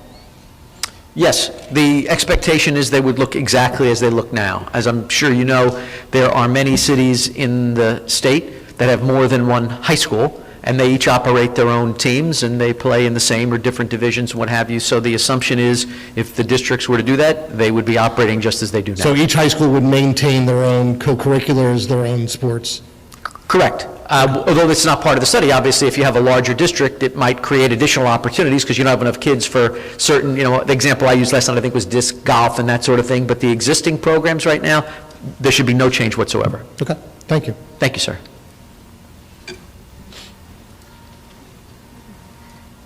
Good evening. My name is Constance McAllister, and I am the superintendent, principal, vice principal, and occasional cafeteria worker at the smallest district in Salem County, the Elsinboro Township School District. I watched these proceedings last night on live stream and hoped that I wouldn't feel the need to be here this evening. However, here I am, not to ask questions, but to make a short statement. And I apologize for reading, but I don't want to miss anything I have to say. Sure, maybe I can get closer to this, okay. Okay. I've been the superintendent of Elsinboro for 14 years. I'm retiring in June. I tell you this because regionalization will not have any impact on my employment status. I am, however, a resident of Elsinboro Township. I've read through the study and listened to your presentation last night. You talked about the benefits of consolidating services such as NJ Smart, HR, curriculum, to name a few. To that I respond that my one and only secretary imports the data into NJ Smart while completing her other assignments. I'm HR, and my teachers wrote their curriculum because, well, they teach the material, so who better to develop it? As an inter-district school choice district, we fill 43 seats every year with students from districts across the county and have a waiting list should seats be vacated. There is no business administrator in my building, as we share her with 2 other small districts.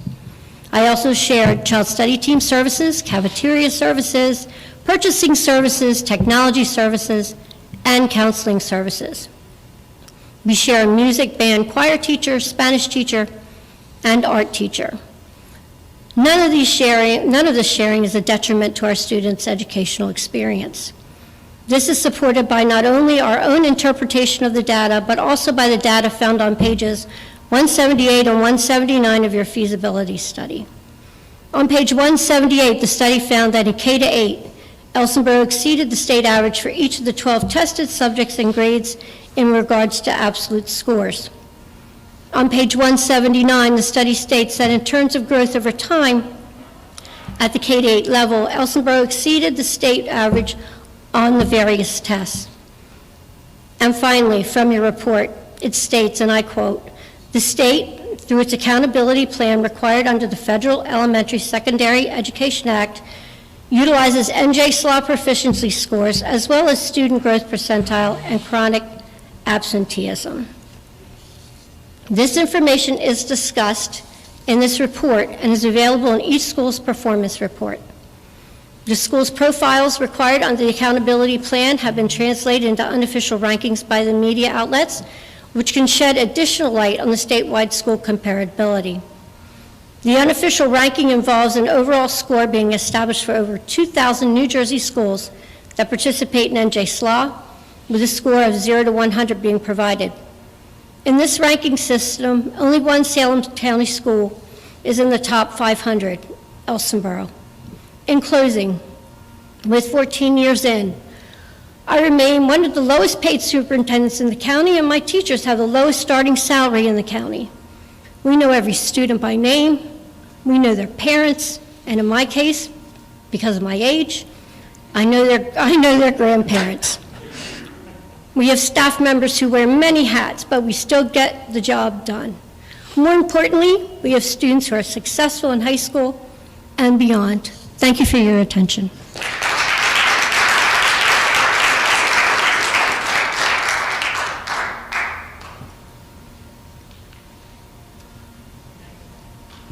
And thank you for your service to our county. Good evening. My name is Darrell Halder. Hi, Henry. I've known Henry for years. So I'm going to give you just a 30-second of my background. This is my 31st year teaching in the state of New Jersey. I teach right across the border in Cumberland County. I'm from Alloway Township. I have resided in Salem County for 56 of my 60 years. The only 4 years I was away was when I was in college in Virginia. I also have served in that local district I work in Cumberland County, 15 years as union president. Beyond that, at the pleasure of the former freeholders and now the commissioners, in the last 26 years, I have served for special services and Salem County VOTEC Boards of Education for 21, I believe, of those 26 years, somewhere in that range. So I have a whole picture of what we're speaking about here. And I thank you guys for your due diligence, because that's what you were supposed to do. You've provided information, and I think you've done it to the best of your ability. Will never question that, although I'm going to ask you some very pointed questions. So, first off, I hear about a seating surplus, that there's going to be empty seats. So, how did you come about that number? Is there a specific number that you used in terms of saying, this is how many seats there should be, or how many students there should be per classroom, and here's what we perceive as the empty seats, or? I'll be the guy to answer that question. So in your long-range facility plan for each of the districts, there is a table called FES, which stands Facilities Efficiency Standards. That's one calculation for capacity. The other one's called District Practices Capacity. I use the latter, which is basically a calculation of how the building is currently being used by the school district. So I'll give you an example. Let's say in Alloway, there's a school board policy that says there's no more than 20 kids per classroom. And if there's 10 classrooms in the building, do the math, it's 200 students for capacity for the building. So all these capacity values are not hard and fast. They're based on school policy, and they're all from each of the individual school districts' long-range facility plans. So it's just a matter of comparing those capacity values to the current and projected enrollments to determine whether you have surplus or not. And do they consider the limited capacity of special needs classrooms? Yes, so for instance, this is another issue, so if you have capacities which were based on maybe 10 of your classrooms being regular ed and only one being special ed, and then in the future, if you bump that up to 4 special ed, you're going to have, of course, fewer students in a special ed classroom. So yes, there's different numbers for regular ed as opposed to special ed, so that is all taken into consideration according to the way the school district is operating at the time the long-range facility plan was completed. So, that said, if Alloway completed its facilities plan in 2016, and these are the values that I'm using, and it's 2022, and they're using it differently, of course the capacities could be different, but it's based upon how the building was being used at the time the LFRP was being completed. Okay, so you didn't you didn't kind of merge all those numbers and come up with this is what classroom capacity should look like countywide? Oh, no. Okay, I just wanted to be clear on that. Absolutely not, yes. Thank you so much. In my reading of the original passage by our then county freeholders, it said that you were to make recommendations in terms of educational and financial, in terms of benefits and detriments. Anything detrimental that we're not hearing about tonight? So I recall in the PowerPoint, which I think is also going to be made available, each section had advantages and disadvantages. So they weren't called detriments, they were called advantages and disadvantages. Okay. But yes, they were in the PowerPoint, and they are listed in the study. Okay. So, you kind of decided, you told us how, I guess the county superintendent will appoint the initial board. Yes, sir. So, if that's how that's appointed initially, the statement on how this board, then will that board be the one that creates how the governing body will look from there out? So, just to be clear, how that initial board is appointed is not something that we're recommending or making up. That's in the law. We're simply telling you what the law provides. So we're not advocating for that. We're simply telling you what that provides. Given that I said a third of that board would be up for election in a year, I can't say, we can't say all the decisions will be made in a year, but certainly, given some of the things we're talking about tonight, you'd imagine that that board would initiate the collective bargaining process in terms of what the new collective bargaining agreement and salary guides would look like. So you talked about your involvement with teachers associations, you know how that works. Should those be done in the first year? Yes. Is it possible that they'll carry into the second year? Yes, and so that would mean about a third of those board members will have had to sit for election before that is finalized. Okay, but again, in terms of what that governing body would look like in terms of representation from the county, you had stated what was under the statute, but you said that they could form something else. So that initial board will decide what that looks like. Oh, I'm sorry, great question. So that, the formation of the board, the formation of the tax levy, those things we proposed, those would be part of the question submitted to the voters. So that's not something that's going to come from on high. The voters will decide. So the communities that want to be part of the region, they'll decide what the board looks like. We are making a recommendation so that everyone has representation. So again, so I'm clarifying this, and for everybody who's here. So the actual participation in this will be voted on by the local voters. Yes, sir. And then if they have voted to participate, the way that board will look for that will be voted on by all those participants. That is correct, sir. Okay, great. That's a good clarification. Yeah, no, your question gave us a chance to clarify it, so I thank you. Mm-hmm. So, and again, I say this because I've been, the majority of my years were on Special Services Board, and then when those two boards were, the vocational board and that board were merged, I was actually the first person who sit on both boards while they were doing the merging process, and I will freely admit that because I was very vocal about how it was rushed along, I was not reappointed. And a few years later, I was reappointed because of things that happened. But again, how does the new statute handle, I mean, if there was to be a full county district, how do they handle the laws that are actually in existence with special services and vocational technical schools?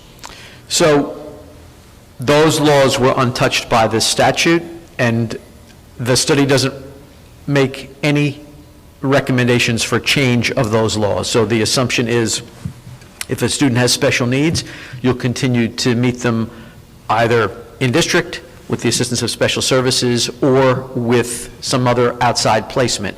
There is, as Steve C. had talked about, the opportunity for additional savings, which we're not forecasting, where, again, given the size of a district, you may decide to develop an in-district program for certain types of special needs, and so you won't have to send children out, so you'll save money on tuition and transportation. But we didn't make any of those assumptions. It's just an advantage that a new board might choose to implement, just as other boards can implement it now. So the law doesn't change, and the only reason placements are going to change is if a larger district decides to create some type of in-district programs for certain types of special needs students. Thank you.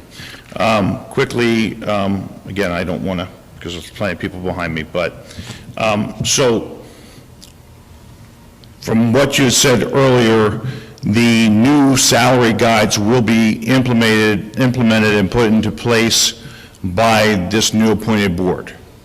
Correct. The old guides, don't disappear, so nobody's salary is going to be reduced, but what happens going forward will be the subject of collective negotiation. Okay. So I'm kind of concerned with that, because the fact is, if for 5 years nothing's changing, how in the world do you get collective negotiations with multiple associations? Because there will not be one collective association at that point. So I'm going to turn to Carrie, because when the last regional district was formed, which was South Hunterdon Regional, where they went from 4 districts to 1, we did that, and she handled the collective bargaining issues, so she's most equipped to answer. So that's a great question, because when we talk about no teachers moving and no students moving, we're not talking about your association staying exactly the same. It will be one school district. So typically the NJEA would apply to PERC to form a new collective bargaining agreement. When South Hunterdon did it, they went to PERC and asked for a wall-to-wall bargaining unit, which I'm sure you're familiar with. right?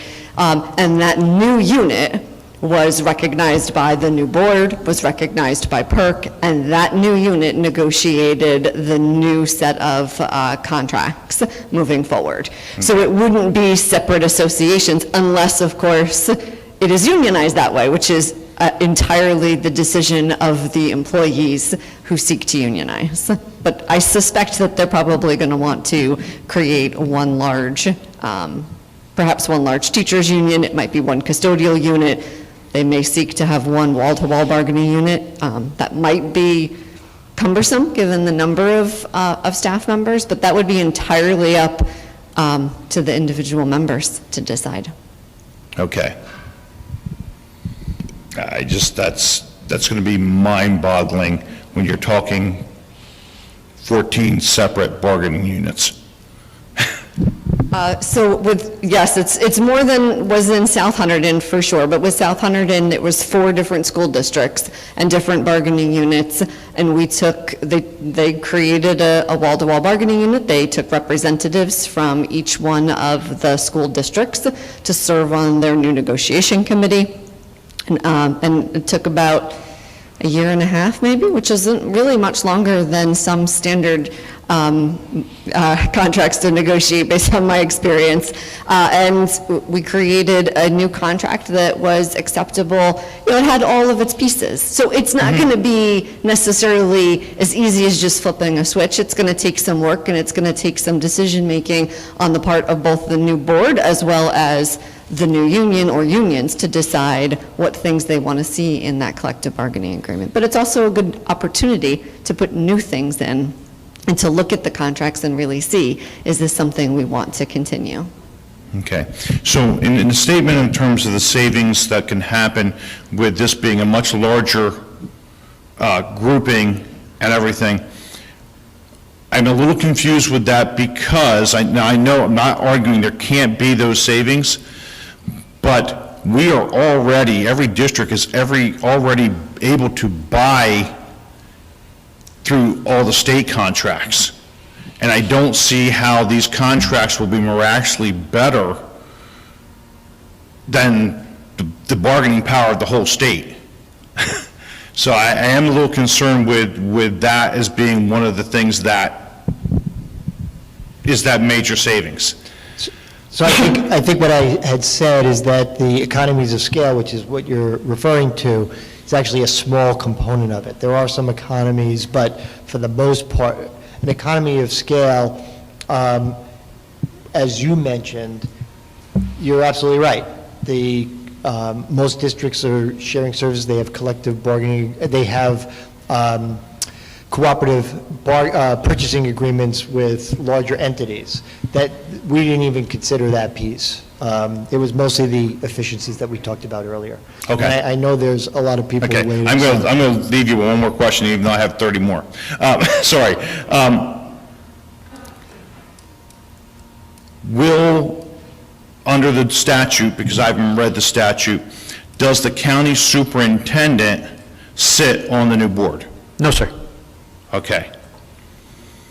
So once this happens, will a county superintendent still be necessary? So that's, Because again, nothing against the county superintendent in that sense. yeah, the county But superintendent serves when as we the... look at additional cost and we're saving money, at that point, would that be necessary? Yeah, the county superintendent is designed to serve as the commissioner's representative to the county, not run the districts. So the superintendent of whether it's 2 or 3 regional districts in the county are running the districts. The county superintendent is serving as the commissioner's representative in the county, different jobs. I understand. And that position, by the But I way, is- still see there's certain mandates that come down from the county office. And I realize because she's serving as the commissioner's representative, I just, again, we're talking cost savings. I'm going to walk away leaving you with this one final question. So we know that the teachers will stay in place. What happens to all these administrators? And again, I say this because of my varied background. I have a lot of respect, even though I'm a union member, I have a lot of respect for many of these people who I've actually gotten to know over 20 years on the Board of Education and my associations with people in Salem County. What happens with all these administrators when there's this new administrative board that's created? Right, so no change at the building level is proposed in the study, so no changes in building level administrators, but as far as the central office is concerned, you won't need a dozen superintendents, a dozen business administrators, a dozen directors of guidance, et cetera. So some of those folks, depending on what their job rights and bumping rights are, will have different jobs, and some may not have a job, depending on what decisions that new board makes. I mean, obviously, you're not going to have just a superintendent. You may have one assistant superintendent, you may have three, what have you, but you're going to have less central office administrators than you have now. There's no question about that. When we merged the two boards, that was the thought, and we did save money for a year on administrators. We had to get additional administrators after the first year for Salem County VOTEC and Special Services, and Henry knows the complexity of both of those districts. And I have to tell you, I have a concern when we start to try and pile all this into the canopy of one business administrator. It's just those two districts are incredibly daunting in terms of the number of students coming in and going out, let alone to try and oversee that for the whole county. Thank you, guys. Appreciate it. Thank you, sir.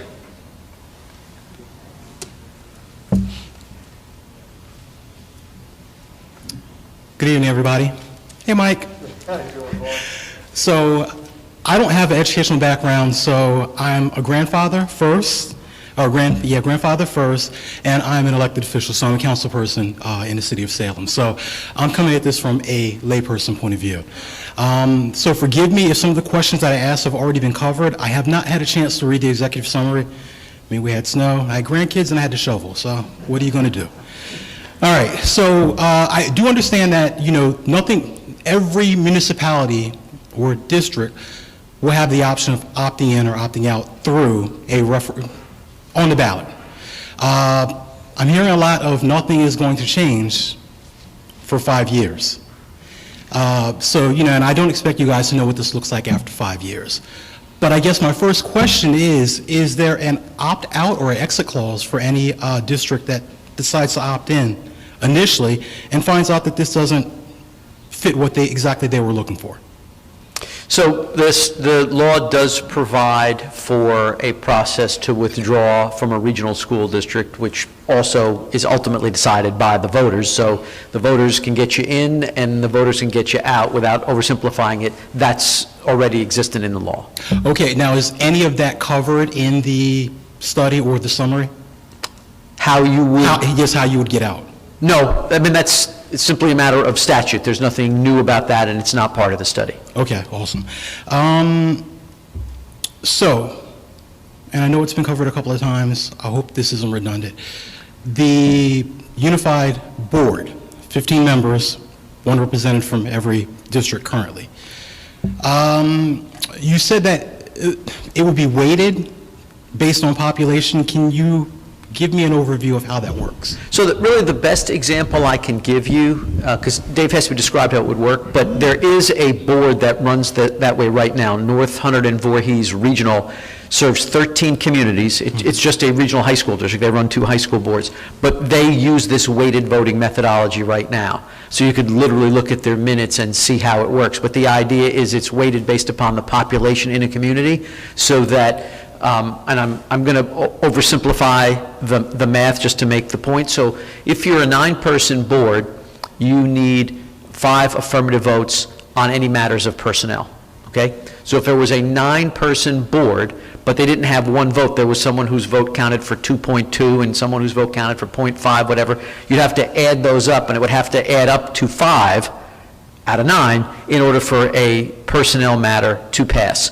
So it would be set out, I imagine, in the minutes so that any member of the public watching would know what it would take for something to pass or fail, because you could see, okay, that person from that community voted, that's a 0.8, that person voted, that's a 1.3, and you know if it adds up to over 5 or not. So it sounds strange, but this is not something we invented for the purposes of this study, and it's trying to be sensitive to the idea that every community would have at least one representative, and their vote would be proportional.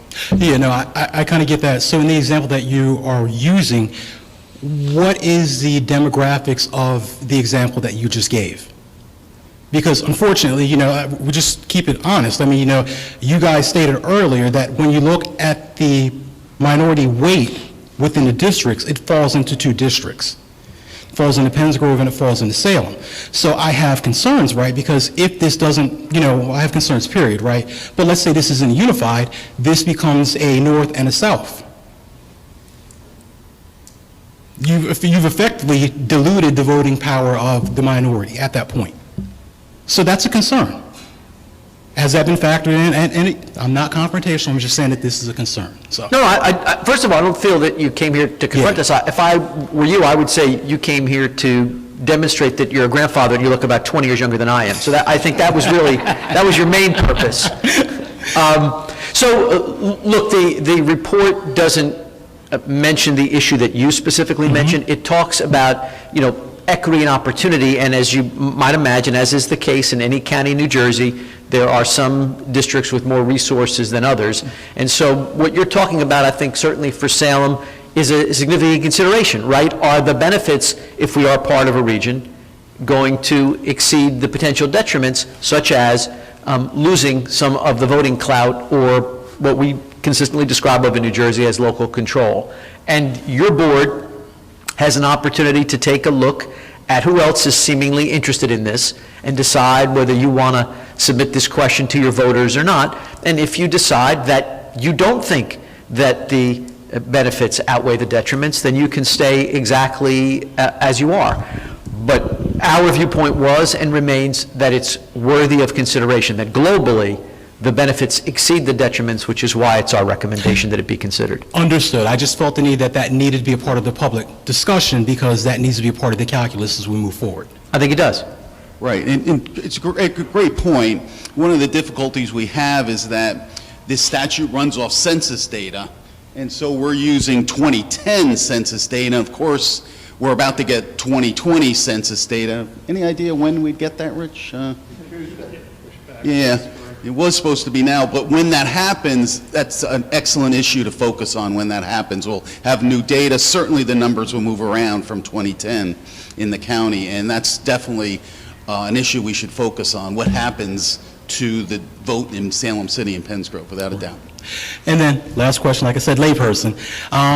As a member of council, because my understanding is that for this to be on the ballot, right, so it needs to be a decision with the school board, but also the municipal and township government have to decide whether this moves forward on the ballot. Is that correct? Or is it just the school board? So the short answer to that question is it depends. In communities that are running a K-12 school district, the decision is the Board of Education's. Okay. Because the state is trying to encourage districts to move to the K-12 structure, so if you're in if you have a limited purpose regional district, or you're running a K-6 or K-8 that goes to a limited purpose regional district, under those circumstances, it could be the municipality or the Board of Education. All right, so in the instances where this weighs more for the municipality, do you guys plan on doing a road show to educate, or to have, I guess so elected officials can get more information, ask the relevant questions, to help make a decision? Sure. So technically, right now, the college is our client. That's who ran the RFP, that's who ran the process. We have recommended to the college that they keep us around to do exactly what you suggested, to do community-based roadshows, for lack of a better term. So I don't know that they're interested in doing that, but... Mike? We'll talk about it on another day. All right, my friend. Thank you. Thank you, sir.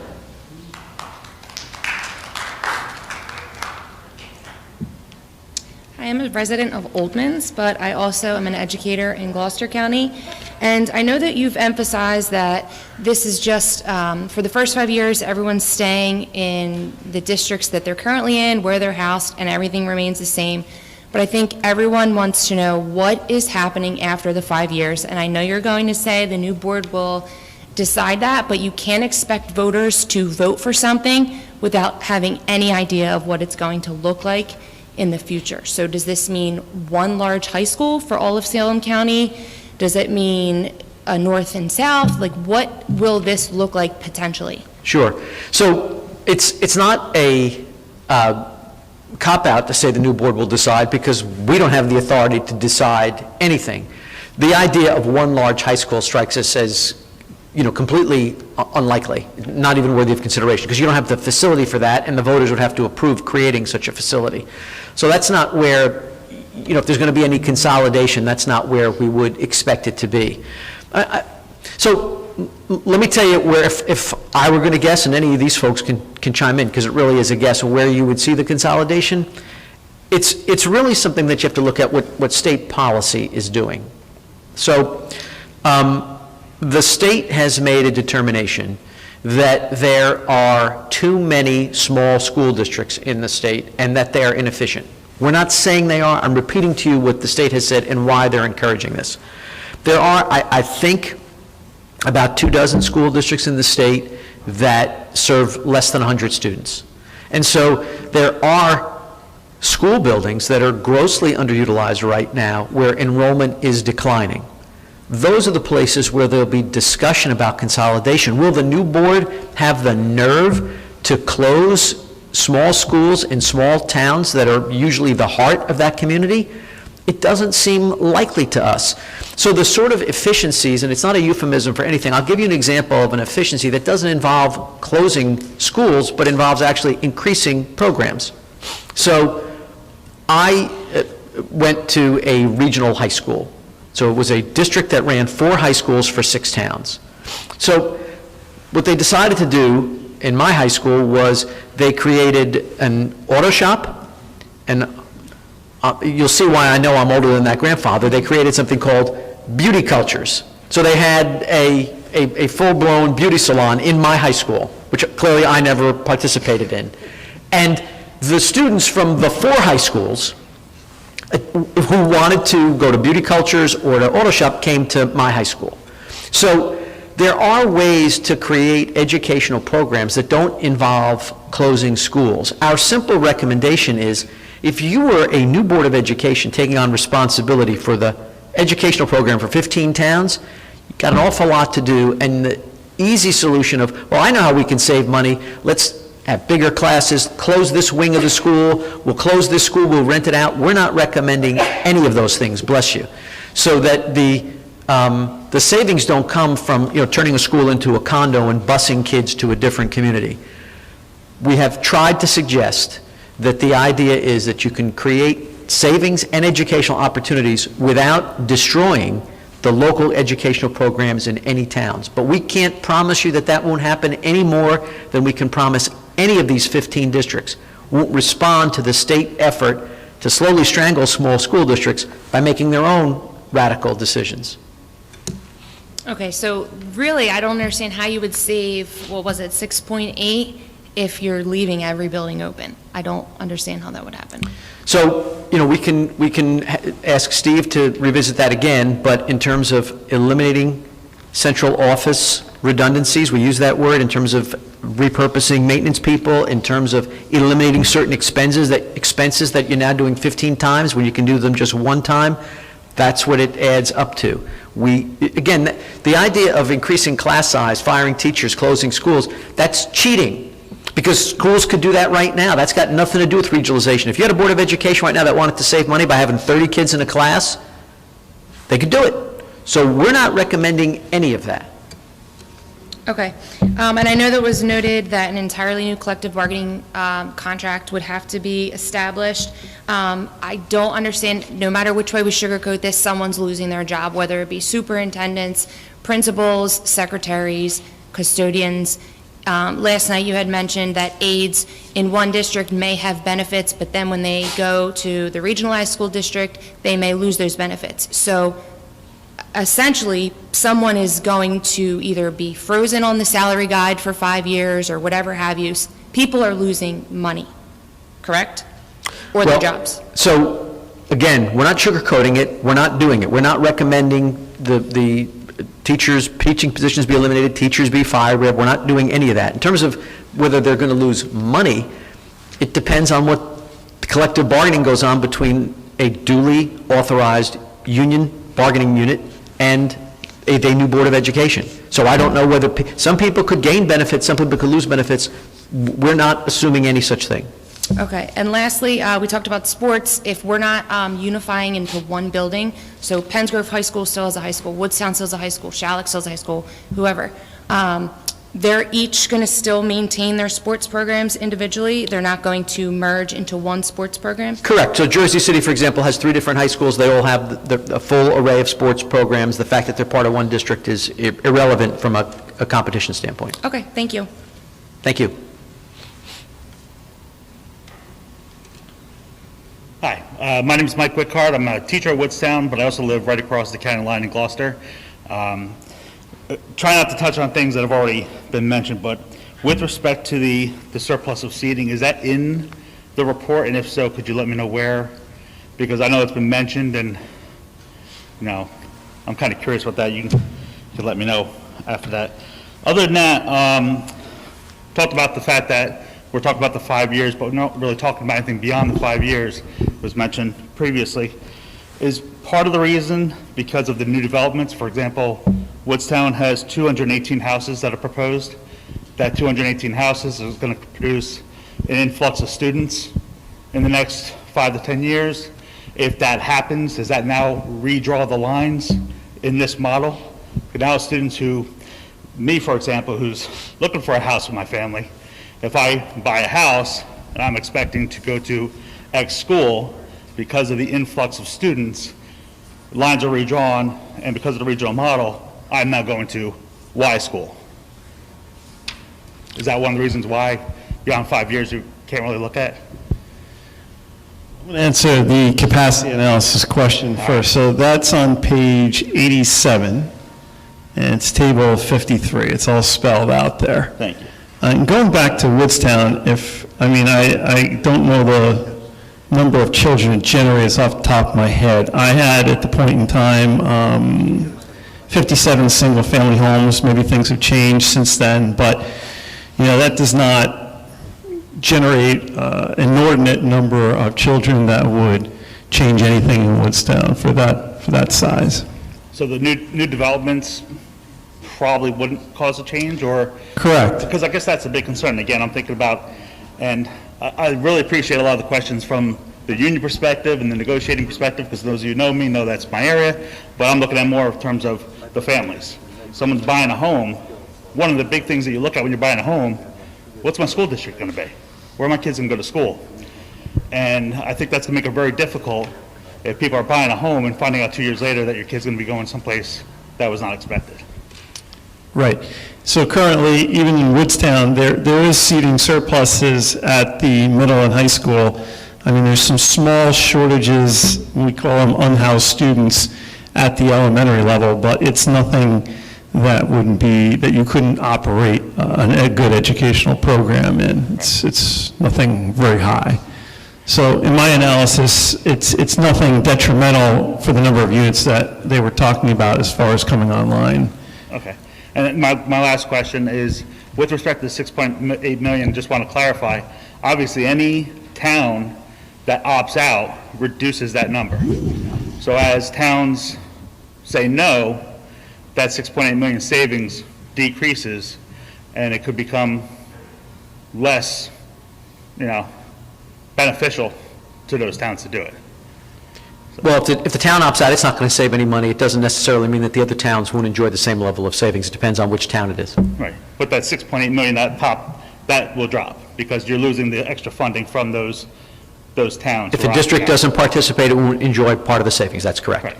Well, what I'm saying is everyone else, the pot of money is depleted. It doesn't necessarily affect this. I'm not here to debate it with you, but it doesn't necessarily affect what other districts are saving. So I disagree with your premise. Okay. Thank you. Thank you, sir. Patrick Michelle, Superintendent Salem. Not questions. I'm gonna put pressure on my dear friend Mike to write these things down to maybe later answer. couple of things that comes to mind is primarily on the financial end. One is around losing Abbott status. That's something that will have to be considered and factored in, because if it's part of a larger, which is a legal status, I would say, and Commissioner knows that. So that affects the school funding formula. The other piece is that within the recommendation, there's an inequity created by the recommendation where one of the regional districts is double the size of the other, and you're using the term economy of scale, and within that recommendation, there's a distinction and a discrepancy that's created within the report. The third piece is that... Well, I just want to make clear, we agree with you on the second piece. That's why that north-south thing is not, we studied it, but it's not recommended. But it's in the report as a suggestion. Yeah, it's in the report as something we studied, but it's not our recommendation. And you've identified one of the reasons why.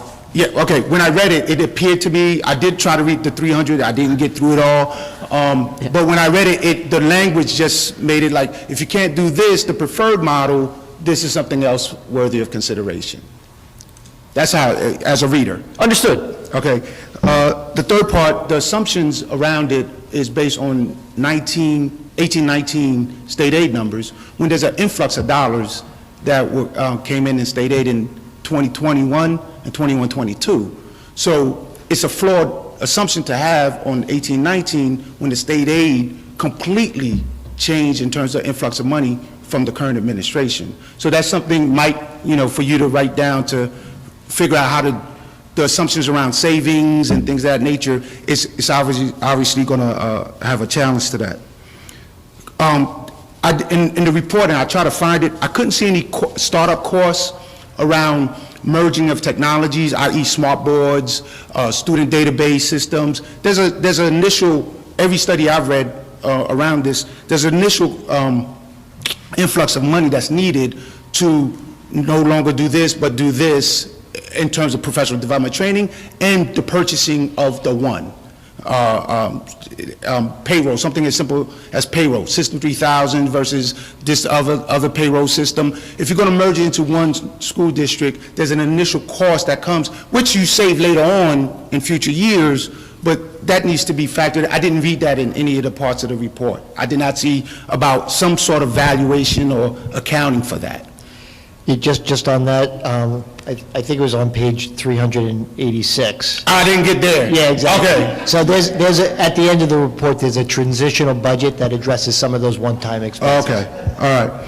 Bond referendum, Mike, debt service, we got to figure that out because every school district has its own bond referendums that is passed. We're actually going to look for one. I don't recall, it might be on page 3 something else, but I don't recall us addressing that because that's part of the state aid calculation that the commissioner knows fund schools. And if somebody has a bond referendum that was out for $20 million for their football stadium versus somebody smaller, that now has to be either shared or kept. So that's something that, under advisory. And then this one is probably one of the most important one, and this is where I'm going to signal to Mike to figure out best practices on it. When you have a school district where ethnically 80–90% of the kids are black, and another school in the same school district is 80–90% white, that can't reconcile itself within that same existing district. So I don't know what the best practices are in integrating. I would love for it to happen for kids from different socioeconomic background, neighborhoods and so on, to be educated together, because I think that's the best model. Notwithstanding, somebody's going to have to reconcile that, because that's what year 6 is about. And it's not really discussed in depth, and I understand the position the committee was on and so on, but that's where the hard work happens.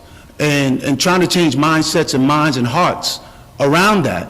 We know the struggle of this state, the most segregated state, one of the most segregated states in the country, is struggling with that now. Education Law Center filed a motion on that. So if the state is struggling with that, trying to ask Salem County to resolve that is going to be a challenge, and that, maybe we'll look at best practices, Mike, for us to really look at that. And that was all. Yeah, and by the way, you have one of the most attractive programs, the IB program, so choice-wise, you should be seeing a lot of folks. I understand, but, you know, my purpose is my board is expecting me to make a recommendation, you know, about a week. And the state, right now, you know, I didn't even mention it, but you propose ideas that are great ideas, but that has not passed legislation yet, but you're asking districts to make commitments without the law backing up some of the recommendations you're making. The recommendations are thoughtful, they're rigorous. Notwithstanding, the state law does not currently support and is adopted or passed to even facilitate it. Yeah, there's actually new legislation that was passed after this report was finalized just in the last 2 weeks and signed by Governor Murphy that does allow some of these ideas to happen. Yeah, very recent stuff. Yeah, but the majority, you know, I get the New Jersey School Board notes. There's one part of it where you talk about how to work together. I can't remember the detail of it. And you said if the state passes this in your own report, this is what you can do.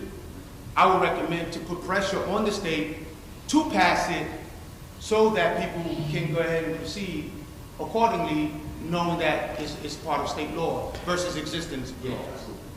Yeah, so much of that has happened, and hopefully we'll be able to be a resource for your district, because for all the things that were described as problems, I'm sure you also see some of them as opportunities, and so there are things that are possible now that were never possible before. The bad side of it is that I don't live in the county, so I don't, you know, my job is exclusively professional in terms of making professional recommendations. The report is a great report, what I read, but there's things that has to be taken care of to follow your recommendations. Understood. Thank you, sir. I'm going to interrupt for a second. We'll get to you. Don't worry. I don't want to cut one person off. But at the rate we're going, it's going to be midnight before we finish. Honestly, we have been 70 minutes and we've only gotten through 7 people. So what I would propose doing is, if you have a brief question, we'd love to handle that. These folks are willing to talk to you individually, so if you have an educational question, we'd send you down to that end of the table. If you have a finance question, we'd bring you to this end. If you have a legal question, we'd bring it over here. If you have a demographic question, we'd place it in the center. I'd like to be able to move it in that direction, and if you would send me what your questions or comments were, I will make sure that we include them in the total document. I don't like to cut people off, but we've gone an awful long time right now. You folks have been very patient. So I am going to ask if we can break down to do this in a more individualized basis to try and get this done. Because we've only gotten through 7 people so far, and we've got 7 more to go. And we're already an hour and 15 minutes into it. You started so late, and this is the community. We started at 5 after 7. What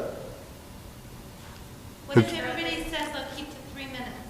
Because I want to hear what they have to say. I do too. Why is he limiting it? 3 Why do you minutes. have to limit it? You gave 90 last night. Can you give us 20 more so everyone gets 3 minutes? 3 minutes? Please?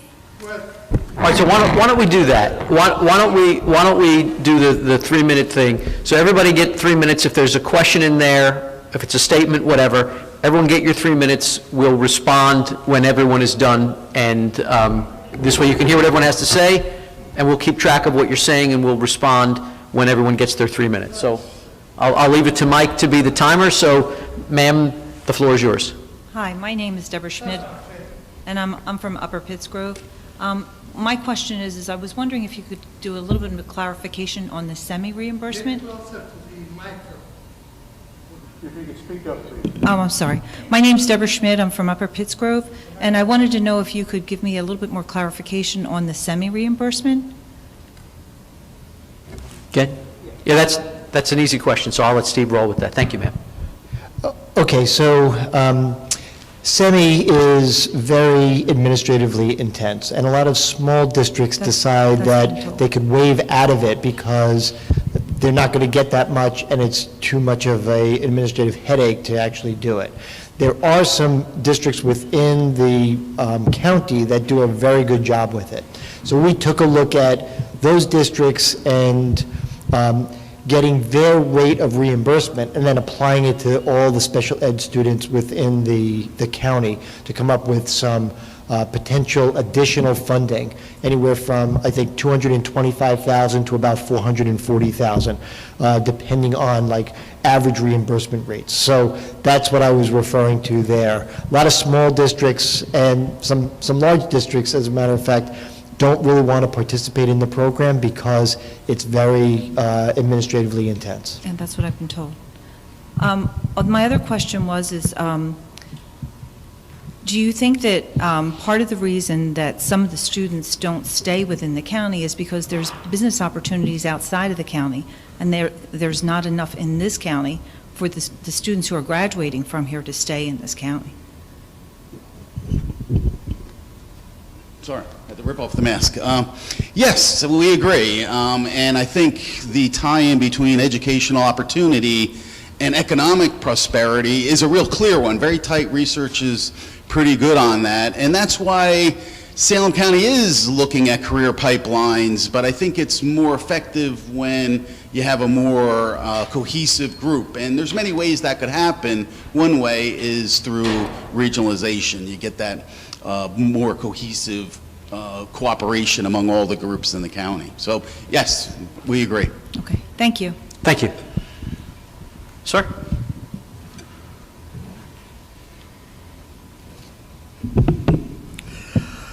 My name is Johannes Adi Michael. I was born in East Africa. I came to the United States to go to college, graduate from Trenton State. I came to Penns Grove High School as a math teacher, and I taught 35 years right there at Penns Grove High, and graduate from Trenton State, and graduate as a retired person from Penns Grove High School, and of course, Penns Grove Carneys Point School District. I have 2 grown-up children. They are well off, went through school and everything. Right now, I still live in Carneys Point, right across the street in Justice Drive. And I wouldn't say this thing doesn't matter to me because my kids are grown up and gone, because every kid in my township, Penns Grove and Carneys Point, is my kid. But at the same time, I care about my taxes, what I pay, what I should pay, and so on. So, after listening to online for about an hour, I decided to walk through the street and come here. So I have a couple of questions for you. If Salem County, your Salem County study in demographics for 10 years period has been heard, I heard it last night, the volume was bad, but I can put my hearing aids, I heard it, and it was good. But partially, it's not as much as I expected to, because I'm afraid what's going on. So I'm going to get into that, since you gave me only 3 minutes. Nothing, if any, have been talked about the rights of the teaching staff. What's going to happen about the teaching staff? The teachers and the janitors, So we said, let me just help you with that one. We said repeatedly that at the building level, we expect nothing to change. Yeah. The rights are protected by law, and we don't expect that to change. Okay. Nothing, if any, was talked about it. Then I have a follow-up online, and since no opportunity to comment, I decided to come, of course. And my question is, 5 years from now, probably we will have the same Board of Education. 10 years from now, we may not. Who do we ask? Where are you going to be? You guys, or I mean literally, the consultants will get their money and gone. Who do we ask? Our leftover Board of Education? Who is going to be responsible after you guys split? So far, I have been very positive about the media, Facebook, you know it. Oh, this is good for Salem County and everything. But from what I heard yesterday and today up to this minute, probably I'm wrong, because there is a big question mark on what's going to happen. You guys are going to stick into my neighborhood, like Pence Grove and Carl's Point, and we will be kind of lost when you grab your money and gone. Yes, it's good, it's to try it, but somebody will have $143,000 and gone, and we are left on ourselves to figure out. That I need an explanation. So from now on, I guarantee you, even on the Facebook I used, will not endorse what's going on as a positive, but shall I be neutral? Yes, that's what it's going to be. Until you guys convince me that there is a kind of a warranty that the taxpayers will have no more than what they are paying, our kids will have the same, at least the same or more educational purpose. And for giving me this much, thank you very much. Thank you, sir. If I mistalk, I'm sorry.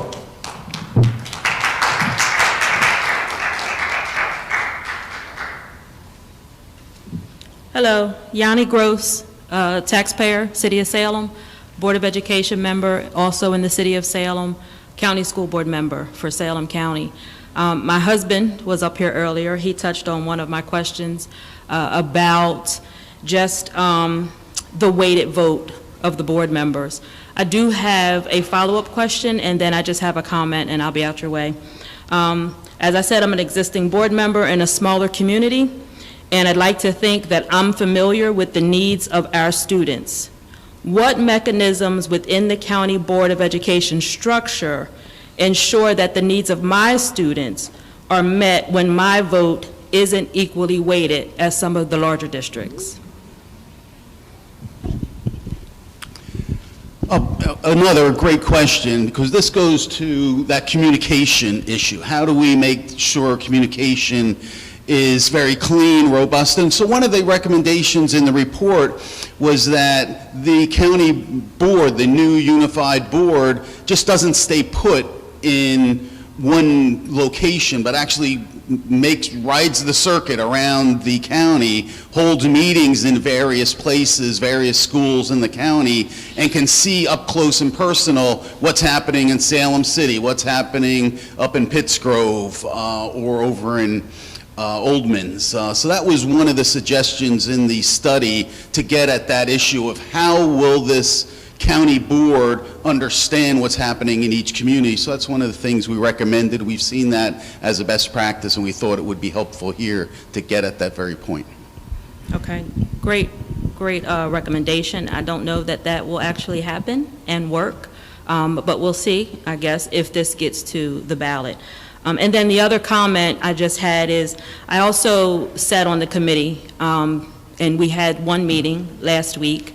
I was invited to that meeting, and I don't recall anything being clear in the presentation that I heard last week about the difference between what the school board decides, what the school district is deciding versus the municipality. And just a suggestion that if it's not already in the executive summary, that you make that clear, because people will want to know exactly who determines if this gets to the ballot. So to that point, just before the meeting, I agree with it. And the statute itself, a couple people said they tried to read the statute. I feel bad for them, but we're going to create a chart that makes it clear in which communities it's just up to the board and which ones it's up to the municipality or the board. We said we would give it to Mike, and he'll be able to add that to the website along with the report and the executive summary. Okay. Thank you. And just one other question. Mike, how soon are you going to start making your rounds? Not tonight. No, because of my 3 minutes, not tonight. I understand, Mike. I hope toward the latter half of February we'd be ready to do that. Okay, thank you. Thank you very much.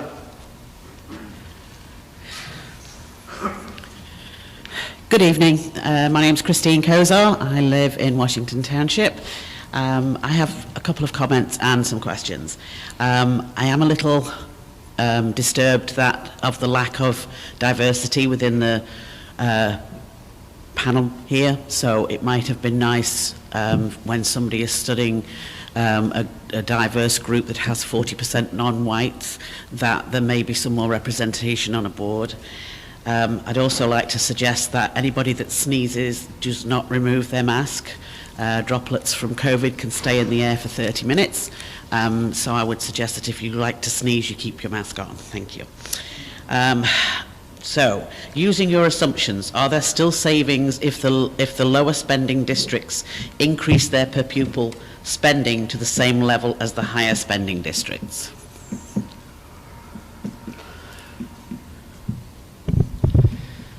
That's not something we looked at as part of the report. I don't feel comfortable commenting on that just off the top of my head. Okay, because it was something that wasn't looked at in the study?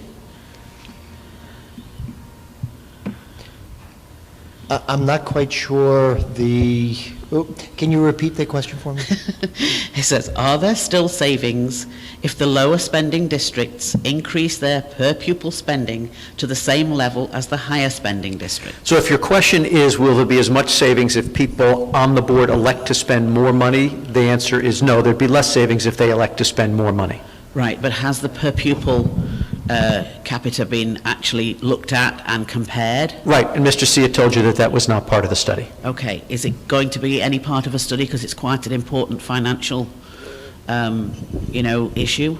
Yeah, the study is done, so the answer to that. This study isn't done? The study is done. But this part of it hasn't been answered? That's correct, and so it's an issue that I would imagine a board looking at this may want to. It just wasn't part of our work. Okay, but does it not affect the return on the 6.8 million? Again, you have said you have questions. We'll be happy to answer them. We don't want to debate you. We want to answer your questions, of course. I was asking a question. I'm not debating. I don't do debates. Okay, so you discussed maintenance and the consolidation of services, that you could save money by having in-house certified plumbers or HVAC or electricians. As your proposal is to consolidate 14 districts, how many qualified, registered, licensed HVAC, electricians and plumbers do you envisage needing within this one consolidated region? Because you can't have like one or two if you've got 14 school districts you're consolidating. I think the broader point we were trying to make is that you could take all the existing maintenance staff, and instead of having generalists, you could have some of them be specialists. Right, so they will be trained?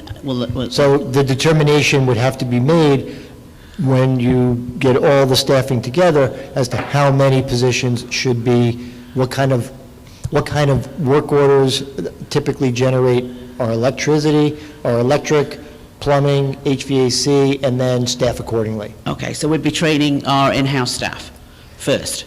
Or through attrition, bringing people on who have those skills already. Okay. So several towns will see an increase in their tax levy, according to the study. Are we to assume that these increases feed the $6.8 million in savings, or will it decrease?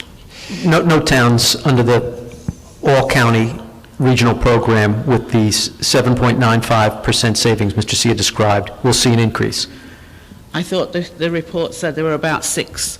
That's if you used the 100% equalized property value or 100% per pupil formulation, which is not the one we're recommending. But it's one that could be used.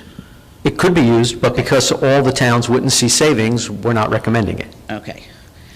So after 5 years, none of the job protections that you're currently promoting will actually still count, correct? You said Once job you've done- protections? Yeah. Yeah, they don't go away. They're protected by law. But you have already said that salary guides would be looked at and benefit packages could be changed. They would be negotiated just as they are now. Just they would be negotiated for a bigger board. They'll change them, okay. Well, they could be enhanced or diminished just like they could now. It depends on what the bargaining units and the boards of education choose to settle on. Okay, thank you. So the redundancies that you alluded to in your report will effectively make the current economically disadvantaged areas suffer in a larger scale. Do you find that true? No. Really? Okay. Did we read the same report? I'm not quite sure we did. Okay. I'm lastly- quite confident I read the report. Yes, ma'am. Me too, yeah. So lastly, New Jersey is currently #1 in the country in education, and that's because of local control. So I would just like to remind everybody of that. But thank you for your time. Thank you, ma'am. Hi, my name's Kelly Morris, and I drove down here from Burlington County. I'm actually a teacher in Camden County, and this county consolidation is concerning me as far as what's going to happen in other counties as well. But right now, to focus on this, I'm interested in the total amount of school choice money received within the county. Do you have that figure? $3.3 million. Okay, and then have you compared that number per district to the percentage of levy savings proposed in the report?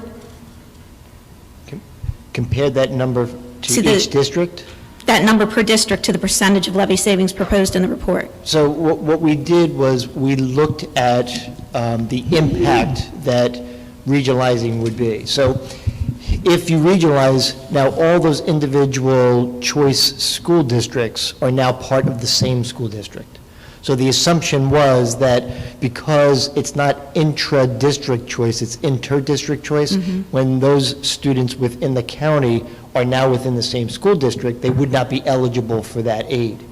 But there are about 45% of the students come from outside the county, from other counties. And that aid, if the new regional became a choice district, you would maintain that aid. So that aid is about, I think, I want to say 1.1 million, somewhere in that ballpark. Okay. So there's a loss of aid for those students that are within the county. We comment on that in the report, but new legislation holds districts harmless on their state aid for a period of time. So the real question is whether choice aid would be considered an aid that would be held harmless. And we don't have an answer for that because the legislation just passed. We don't really have a ruling on it. Okay. All right. The next question that I have is the part of the part of the study that discusses the topic of contract negotiations mentions that it would most likely take time to negotiate a new overall contract that would freeze salaries in addition to a new contract that could freeze higher earning educators at their current levels.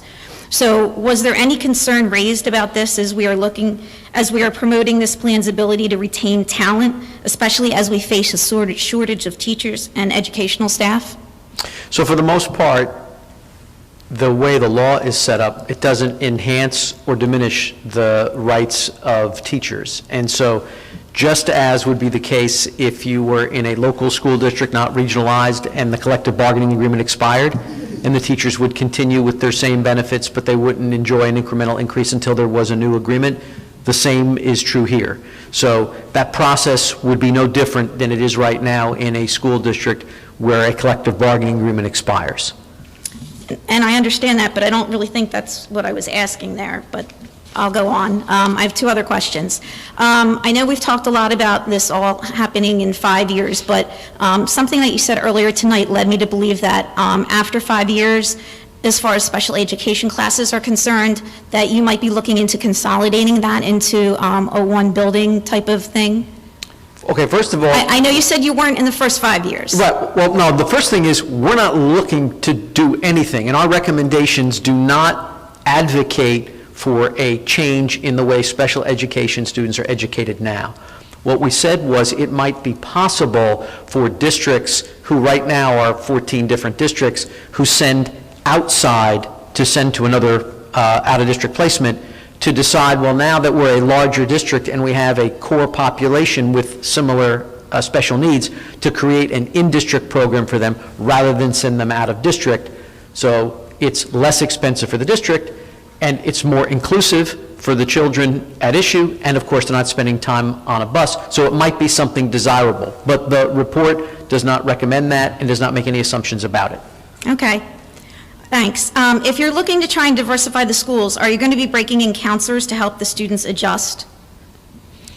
Well, again, we're not bringing in anybody. I think Dave Hespy talked about the idea that there are certain programs available that make a lot of sense, but the study does not identify or establish a cost for special counseling. All right, thank you for your time. Thank you.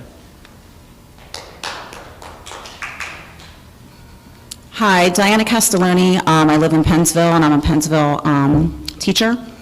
And I just have two quick questions, and it may have been answered, but I just want to clarify. What happens if a majority of the municipalities choose to join in, but one or two do not? Are they, I hear you say nobody's forced to do anything, but if a majority of them do and some choose not to, they just stay individually on their own? They can stay individual on their own, and if they are currently sending children to one of the other high schools, in other words, they have their own K-6 or K-8, they send to someone else's high school, that relationship would be preserved. Okay. And then I know we've talked a lot about money and savings and whatever, but did we look at, or do you have an answer for, like, what exactly is the educational value to our children by having a consolidation of the districts? So that's the, I think Dave said earlier, that's his section. He and Henry wrote a 110-page section on that. And so, yes, there are studies and our own experience which suggest that there would be enhanced educational opportunities, and that is an entire segment of the report. Okay, and it begins on, you said one? I think it's I 110. about 110. It's 110 pages. We can tell you in a second what page the educational section begins on. Right after the demographic section. Yeah. Okay. We'll give you the page in a second, ma'am. And then one last question that came off of hers. I think I understood you to say that with bargaining, if just it stays the same, and when your contract is up, you know, you might be bargaining, you hold a freeze or a retro until you finish. The districts all don't bargain at the same time?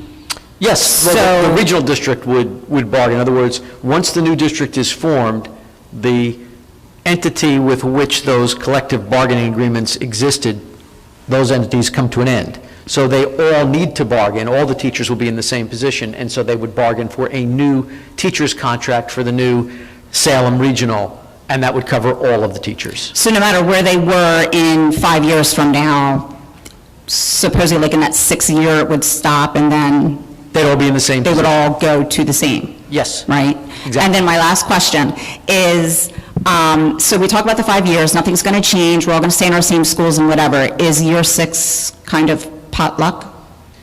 Well, I mean, like up to the board, you know, like whatever this new board is, there's no... Yeah, right, so I wouldn't call it potluck. What we're saying is it's left to the discretion of the new district, but I want to underscore that the savings that we project are based upon the status quo. So again, we're not imagining that something radical happens in the 6th year, and that's where some of the savings come. The savings over the 10 years assumes status quo for the full 10 years. Okay. All right, thank you. Thank you very much. 141 is when... Page 141, yes. Page 141. Hi, I'm Robert Fitzpatrick. My question is, with teacher shortages, substitute shortages, bus driver shortages, the greatest teacher exodus in the wake of the pandemic, what are you going to do to ensure that we're able to fulfill these positions? We're already one of the lowest paying counties in the entire state, as you know, and we have all these vacancies, and then you're going to do consolidation. I'm not a math major. 2 and 2 is 4, and some don't add up for me. So my first question, sir, if I may, is that your son? Yeah, this is my son, Bobby Fitzpatrick. Right here. This is number 4. Bobby? Yeah. So I want to know, is Bobby sitting through this meeting as a reward or a punishment? A little bit of both. I like to set a good example for my son and show him how you treat him. All right. Absolutely. Well, welcome, Bobby. Yep. So I think it was Steve, when he did his part of the presentation, and we talked about the savings. One of the things Steve said, and I think it's critical, whether you're talking about, teachers, additional programs, sports, whatever you wanted to mention, said that we are identifying the money that could be saved if you create a regional district. But the district might elect to take some of that money and not have it as tax savings, but invested in the districts. So the new Board of Education would have an opportunity to increase teacher salaries if it chose, to create some of the programs that we talked about. Okay, So so hypothetically, what you're saying is Yes, sir. these savings that are being presented to the taxpayers wouldn't necessarily be savings because they might have to incentivize these staff members to actually come to Salem County and retain the staff members that are here because you're going to open up a new negotiation, correct? Right, so there are two paths, and they're not necessarily diametrically opposed. So there's one that could make decisions that would increase the amount of savings, and there is one that might take some of the savings and spend it. And of course, if the Board of Education chose to do two things, there still could be the $6.8 million in savings. But your point about teacher salaries is an excellent one. We didn't make any assumptions as to what the new board would do, but it would have an opportunity that a lot of the smaller districts don't have right now, which is to do what you need to do in order to attract and retain teachers. Right, and one of our recommendations was for the new countywide unified district to establish a talent office. And a lot of the more successful districts are very aggressive in going out and finding talent on numerous recruiting websites, fairs, and things like that. Smaller schools and districts sometimes just don't have that capacity. It all falls. We had Elsinborough's superintendent, principal, vice principal, and all the way down the line here. Yeah. And it's very difficult for one person to do all those roles and engage in aggressive recruiting to find that talent. So your point's a good one, and it's something that we did think through, and that's one of the recommendations we thought of. But yeah, it is an issue, and it's getting more difficult, I think without it's a a doubt. huge issue, and we don't have the influx, say, that Newark had. Does Newark have that talent agency to be able to recruit talent?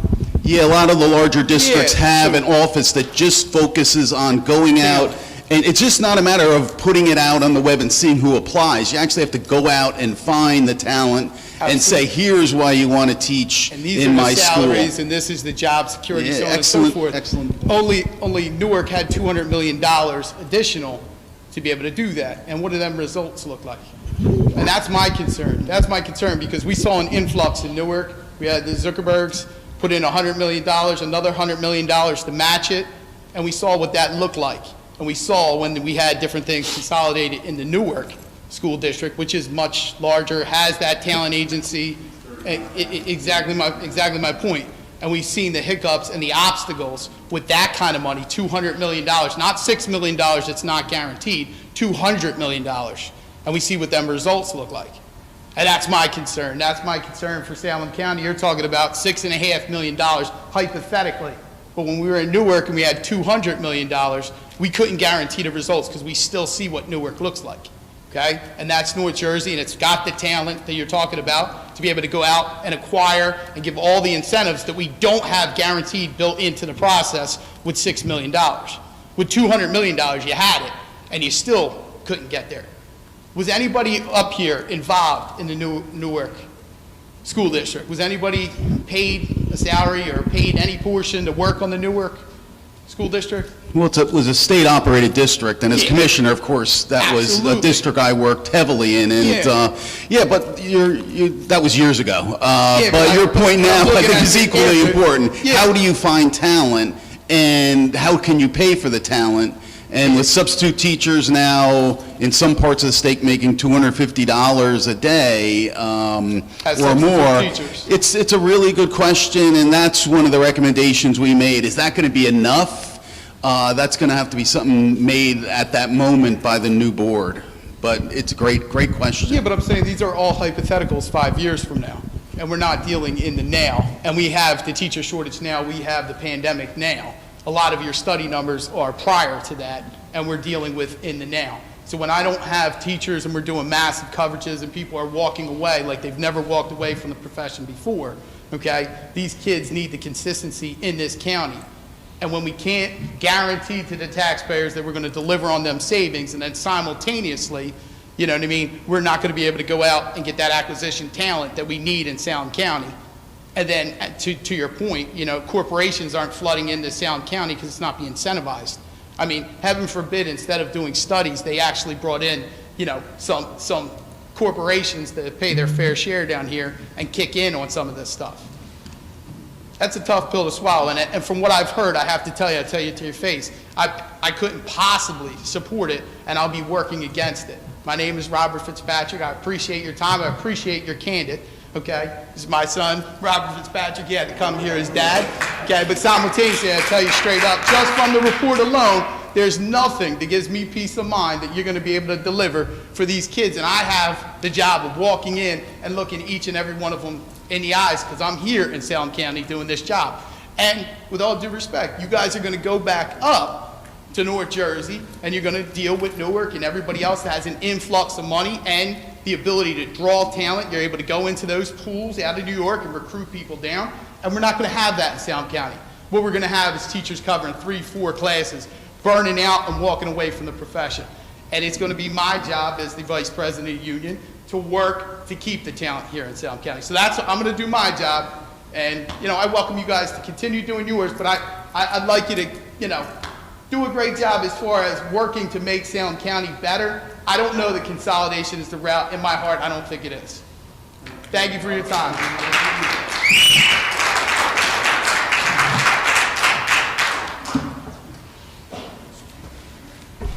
Breakfast will be served in about 10 minutes. We thank everybody for this evening. We will put this together in frequently asked questions. We'll get that posted on the website. Give us about a week or so to get that done. If you do have questions, email them in to feasibility study at salemcc.edu. The study and the executive summary PowerPoint will all be on the college website. Scroll to the bottom of the front page and it'll be there for you. Thank you folks for being here this evening, and you folks travel safely.